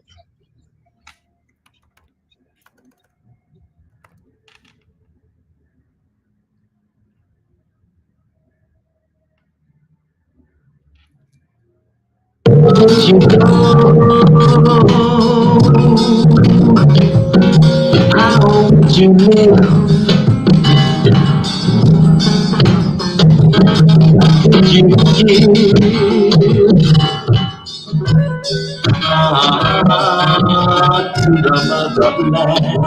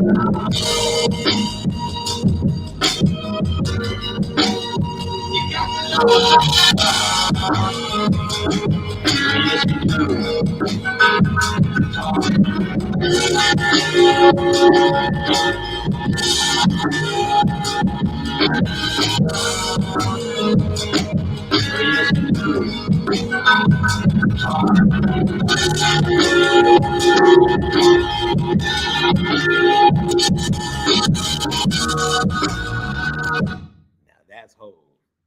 Appreciate you, Caution. That's Ho. That shit is crazy, yo.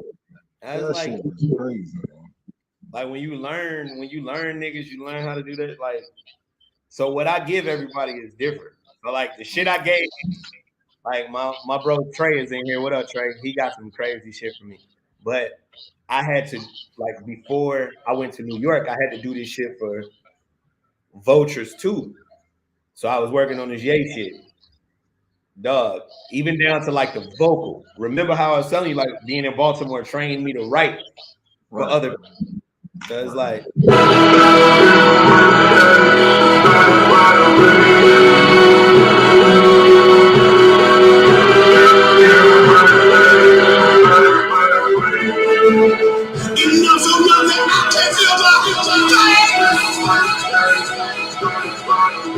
I feel these demons on my back, so I need to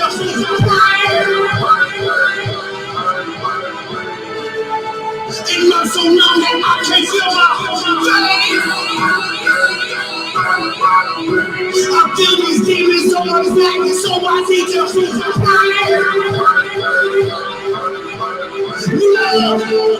I'm so numb that I can't feel I feel these demons on my back, chasing me, I need to you know what I'm saying? Cause I'm so numb that I can't feel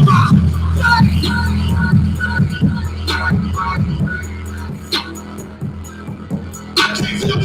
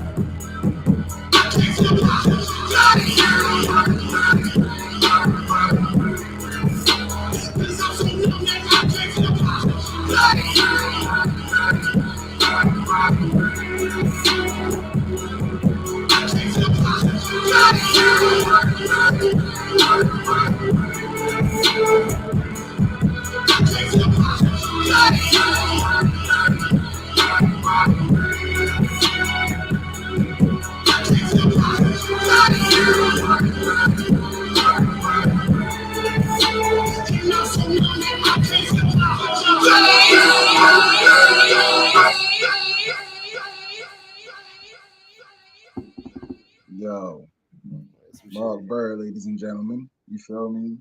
There's some shit in here. The GOAT. You know what I mean? One of the greatest to ever do this. Hey, yo. I appreciate you, brother. I know that you was telling people about some of the other things that you do, you know, to bring income in. At one point you had like some beat kits, you feel me? Like you definitely sell your beats and stuff like that. You do beat critiques. Like how can the people that's looking for your services get in touch with you, bro? Like if they want to reach out to you for any of the services that you provide. Every social media platform. I am Mark Byrd. IAMMARKBYRD. Twitter, Instagram, Facebook, every social media platform is that easy for me. My website is actually, you can go to it, but it's under construction. So everything is going to be posted on the website within the next week or so. Merch, everything will be there shortly. So, yep, I am Mark Byrd everywhere. I keep it simple. I make it easy. No, facts. And please remember that he's a professional, yo. Like he does this, you know what I mean? Like you can't come in there playing with his time. You can't come in there low ball and none of that because, yeah, like Dr. Dre could call him right now and then he gonna be like, you know what I mean? Like whatever, like fuck that little couple dollars you was talking about. No, not being that. No. I try to work with people as much as I possibly can, but it also has to make sense for me. But like, you know, with that being said, it's like, you know, reach out. You never know what can happen, what can stem from it. But like I was saying earlier, it is the music business. So I am business before I'm anything. You know what I'm saying? That's just what it is. No, but you know, like if you seriously, like if you're really working on a project, you know, you got a label, you got a budget, you feel me? Or if you got a couple dollars and you really serious about your music or whatever, you want that top quality, professional, fuck around and get you noticed, get you a Grammy or some shit, you feel me? If you really, really fire type of sound, I'll let my bro Mark Byrd. My bro Trey is in here. Trey can verify. I let everybody pick from the same stash of records. Unless I already have the idea for somebody else, where it's like as soon as I hear it, I know who I want to give it to. Outside of that, everybody gets the same type of record. Cause Trey got some shit that, boy, some people mad about.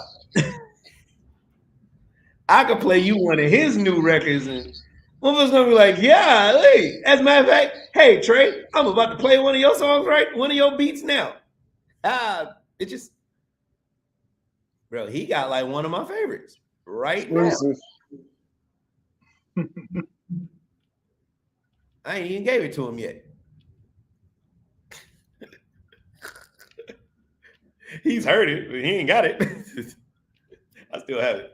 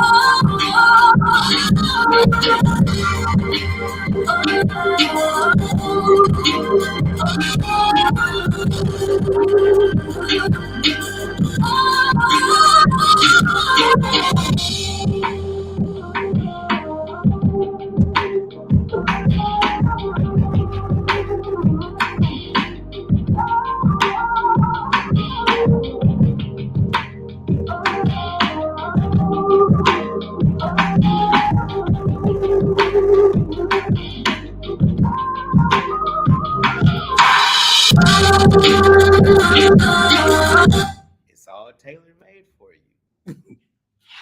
Like I made that specifically. Like when I was doing it, I was like, all right, I know that's going there because we working on a project. So like we have the whole structure as far as like what the soundscape is. Like that's what I was doing. I was doing 5-song EPs with artists. Like it's gonna cost you, but every beat is tailor made for you. It's nothing that's in the stash. You get, if you're close to Houston or you can get to Houston, you get to record the project with me. You get mixing and mastering included for $8,000 for 5 records. Right. So that's like a super steal because shit. Yeah. Hey, that's definitely a deal. That's definitely a deal, yo. Like to be, I know how much one of them things costs. Mm-hmm.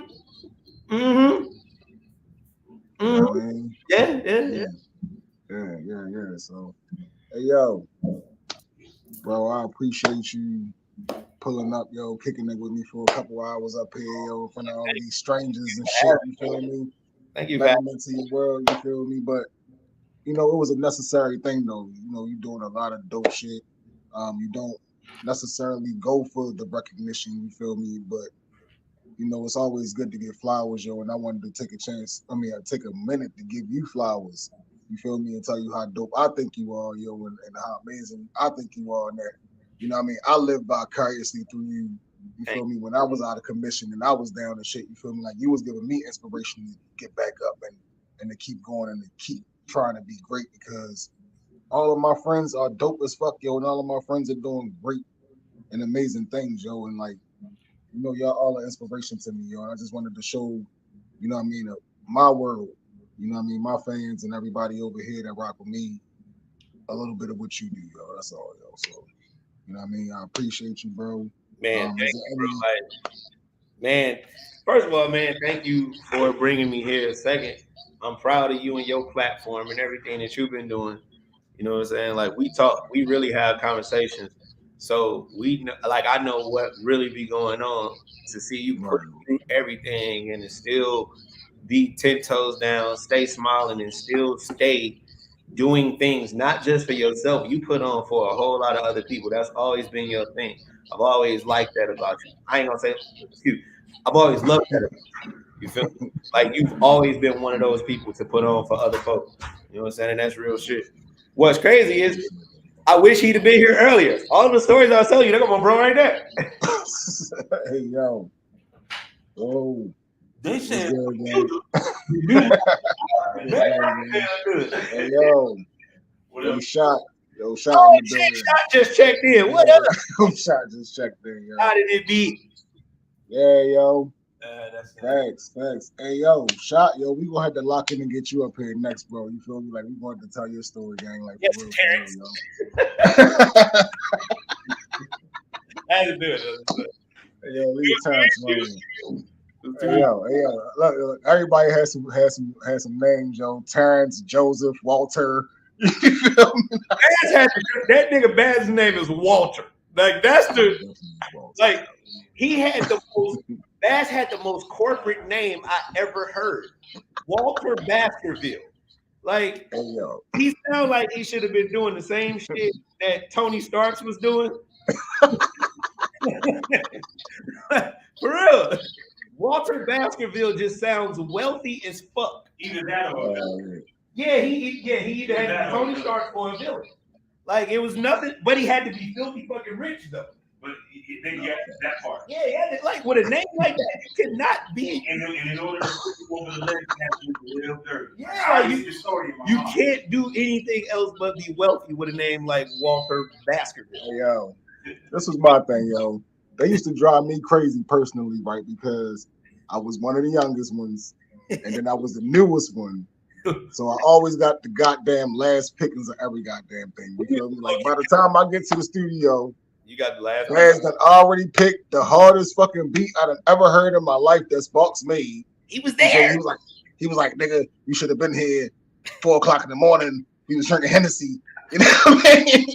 I made this hard ass beat. Here go the song, Baz already recorded it. I'm like, fuck y'all, yo. Like, I ain't trying. I knew Shot said, gotta be quicker than that. Wait a Yo, minute. facts, yo. Hold up. Hey, Shot, what about how when we did the Sparsky and Hutch album, we had to lock Baz out of the studio? We didn't. The only thing, we only let him do the intro. We was like, you're not getting none of these songs. We locked him out the studio. We let him do the intro, and I think he sang on Make a Movie. But that was it. Oh my God, yo! Listen, yo. Notice. There's no verses from Bass on Sparsky and Hutch. We locked him out. We did not let him in. We like, no, bro, you can't do it. It's us. It's our time. Hey, yo. To this day, yo, Let's Make a Movie is still one of my favorite songs of all time, yo. Let's Make a Movie. Let's Make a Movie and Long Walk Home, yo. Long Walk Home is like one of the greatest Major Noise songs ever, if not the greatest. Shelly says she heard about that. Yeah, we had to lock him out of the studio, right? Like, we had to go do the album while he didn't know that we were doing the album. Like, it was like on some old, when he came to the studio, we had the whole shit done. And he was like, I gotta sing something. And we just let the nigga sing on Make a Movie. He definitely got his Nate Dogg on. But other than that, we did the whole album and he didn't know we was doing an album. He just thought we was at the studio kicking shit. No. There's an album being done. You ain't. That whole little run was crazy, yo. What we dropped like 5-6 mixtapes in like one day, yo. In the same day. If you listen to the intro on Sparsky and Hutch, he says he's like, they only let me in here to do the intro. right. This is a fact. Hey, yo, I ain't gonna lie, yo. Out of all of the shit I was mad about, yo, I was mad when I wasn't there when y'all recorded the song with Ogun. Oh, yeah, you missed that. I was mad about that. And then I was mad I wasn't there when y'all motherfuckers recorded My Fries, yo. Like, that shit made me mad, yo. Nah, if you really want to be real, like, a lot of the songs that I made beats for, I was mad that I didn't rap on. I wanted to rap on Long Walk Home. Yo, like, he was taking the beats before you was finishing them. Right. I wanted to rap. I wanted a verse.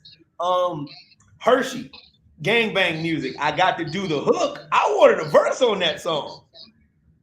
I'm going off.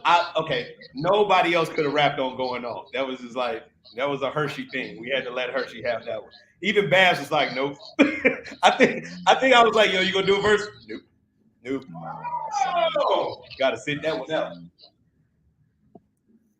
Yeah, we had to sit that one out. Yeah, classic Hershey.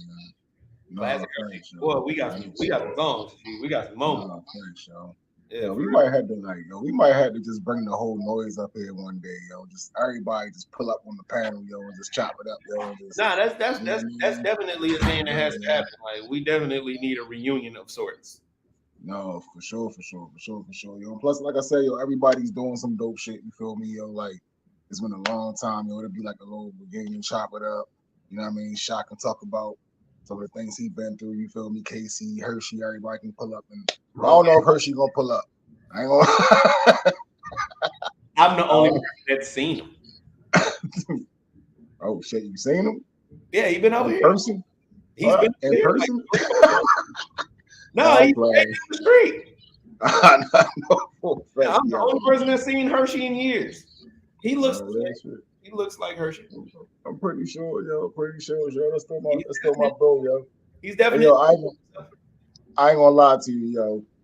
Hershey was always one of my favorite people in the world, for real, bro. Because the first day we linked up, the first thing Hershey did, yo, was hand me like one of the fattest blunts I ever seen in my life, yo. And like he had, that was the standard for that week, nigga. Like, that's all we was smoking. It was like my first time meeting everybody was so weird. Like I say, I knew Shot, but like I met Baz, and Baz was knocking niggas out the night I met him. This is terrible. Terrible night. Terrible. Shameful. It happens. We was definitely a rowdy bunch. They were dangerous. Yeah, it definitely was, yo. Like we just do ridiculous shit. I remember when you remember the Bass and Face beef when Bass had the picket sign. Hey yo, like this is the crazy shit, yo. Like why this? Wait, Face is Rhapsody's DJ. Shut the fuck up. Yes, bro. I remember going to the show in Atlanta and me and Face laughed all fucking night. Yes, Face is Rhapsody's DJ. Wow. She was like, y'all two know each other? We started talking about the shit. I was like, yo, we used to rap beef with each other. She was like, what? I'm like, yeah, bro. It was like back in the early 2000s. It's not documented. Hey, yo, that's what I was going to say, yo. Like, why isn't Baltimore hip-hop documented, yo? Like, why is it not a thing, yo? Like, why is there not footage of this shit? You feel me? Like, shit is crazy. That shit was, you know what I mean? Like, the shit was crazy. It was fucking amazing. Like, we had some stories, though. Hey, yo, like, who kicked my ass in Randallstown parking lot in a rap battle one time, yo? You feel me? Like, I ain't, you know what I mean? I did my thing. You had no choice but to lose that. I did my thing, but he started that whole low, like, I look like Lil Jon shit. You know how he used to give it up, yo. You feel me? You had no choice but to lose that one. And you know, back then, yo, like, your first, like, 10 raps is your best ones, and then after that, you, like, reaching for shit. You feel me? Yeah. I battled the whole fucking parking lot, and then the final bars took me out. I mean, yeah, shot. Yeah, we was. But then once I read, like, I already knew who he was, but then you feel me, like, we had a whole lot of respect for each other, and we worked with each other a little bit after that, yo. Shout out to shout out to the whole Brownfish show. Shout out to everybody who was a part of Baltimore hip hop in some type of way, yo. Shout out to my bro Mark Byrd, yo. You feel me? A legend, yo. You feel me? And thank you, bro. Like I said, yo, I'm proud of you, bro. You feel me? This ain't gonna be the let, because I'm pretty sure I'm gonna be able to, bring you back up here next year and be like, yeah, yo, so what was it like working with, you know what I mean, Michael Jackson? They brought him back from the dead to do a record with you. You know what I mean? Like, when Joe called me and said that he wanted to do it, I was with it. You know what I mean? He was like, yo, I mean, is there anything you want to say to the, to the fans, to the people, yo, before we get up out of here, bro? Man, thank everybody for real. Like, every compliment, every retweet, anything that anybody's ever said of me, any music that you've ever shared, I wholeheartedly greatly appreciate it. Like, and that's what did it. That's what does it for me. Like, the drive is like still wowing people. That's why I go so hard, is to still get that reaction that I was getting in the comments. That's why I do this shit. So thank everybody for real. I'm just happy to be here. No, facts, yo. And thank you to everybody who indirectly supported him by just listening to music, yo, because you done played some songs that's done put some change in his pocket. You feel me? Like, hey, man, I appreciate it. Got that good old function. Thank you. No, thanks. We all appreciate it, yo. But yeah, yo, shout out to everybody who pulled up on YouTube. Shout out to everybody who watched on Twitter, on Facebook, yo. I appreciate all of y'all, yo. Shout out to my guest, Mark Byrd, for pulling up, yo. I appreciate you, bro. Shout out to all the wolves, yo. Shout out to Major Noise. Shout out to my brother Baz, yo, for making all of this even, you know what I mean, come together at this point, yo. Yeah, you know man. I mean? Love you, bro. Love you, bro. You live forever in all our hearts, bro. Oh, man. No, facts, yo. And yeah, yo, shout out to all of y'all. I love all of y'all. Spread love, not hate, and always remember to be original, dummies. You heard me. Let's go. Peace.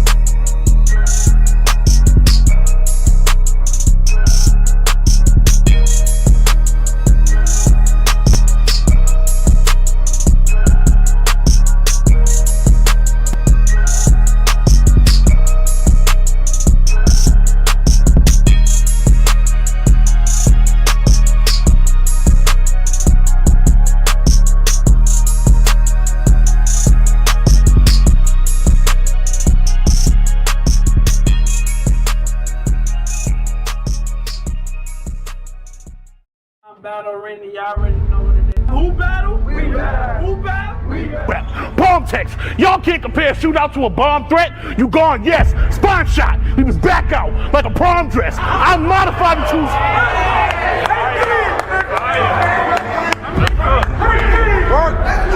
I modified the tools I spray. And they all in the car. Go outside. Pick your switch. Like grandma used to say, pussy, what you geeking for? Nigga, you can keep your clothes because I keep her for. Number one hit me, ain't no substitute. Sugar be sweet and low, but I'm here. But I'm here in all my splendor. Let's go, let's go, let's go.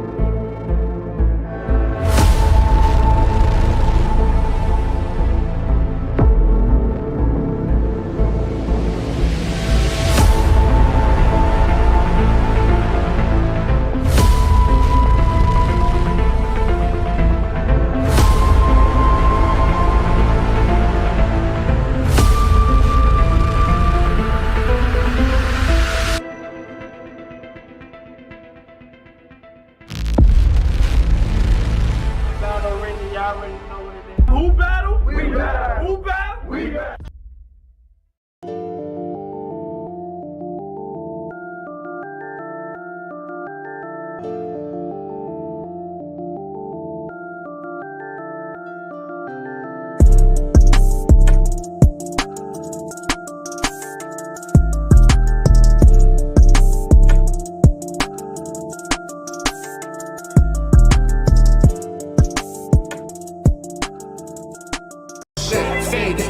Sitting on the steps, thinking what's the direction I'm headed next. Hurting, nobody gave me shit. Built a lane and started chasing a check. Money bring you more problems, but that loud help a nigga with his stress. Amazing, the feeling that you had when you know you the realest nigga. So now our women are thinking there ain't no need in the spouse. They might as well gone and go without. Dear Mr. President, We've increased seizures of illegal drugs. Shortages of marijuana are now being reported. dear Mr. President, Last year alone, over 10,000 drug criminals were convicted, and nearly $250 million of their assets were seized by the DEA, the Drug Enforcement dear Mr. Administration. President. And in the most important area,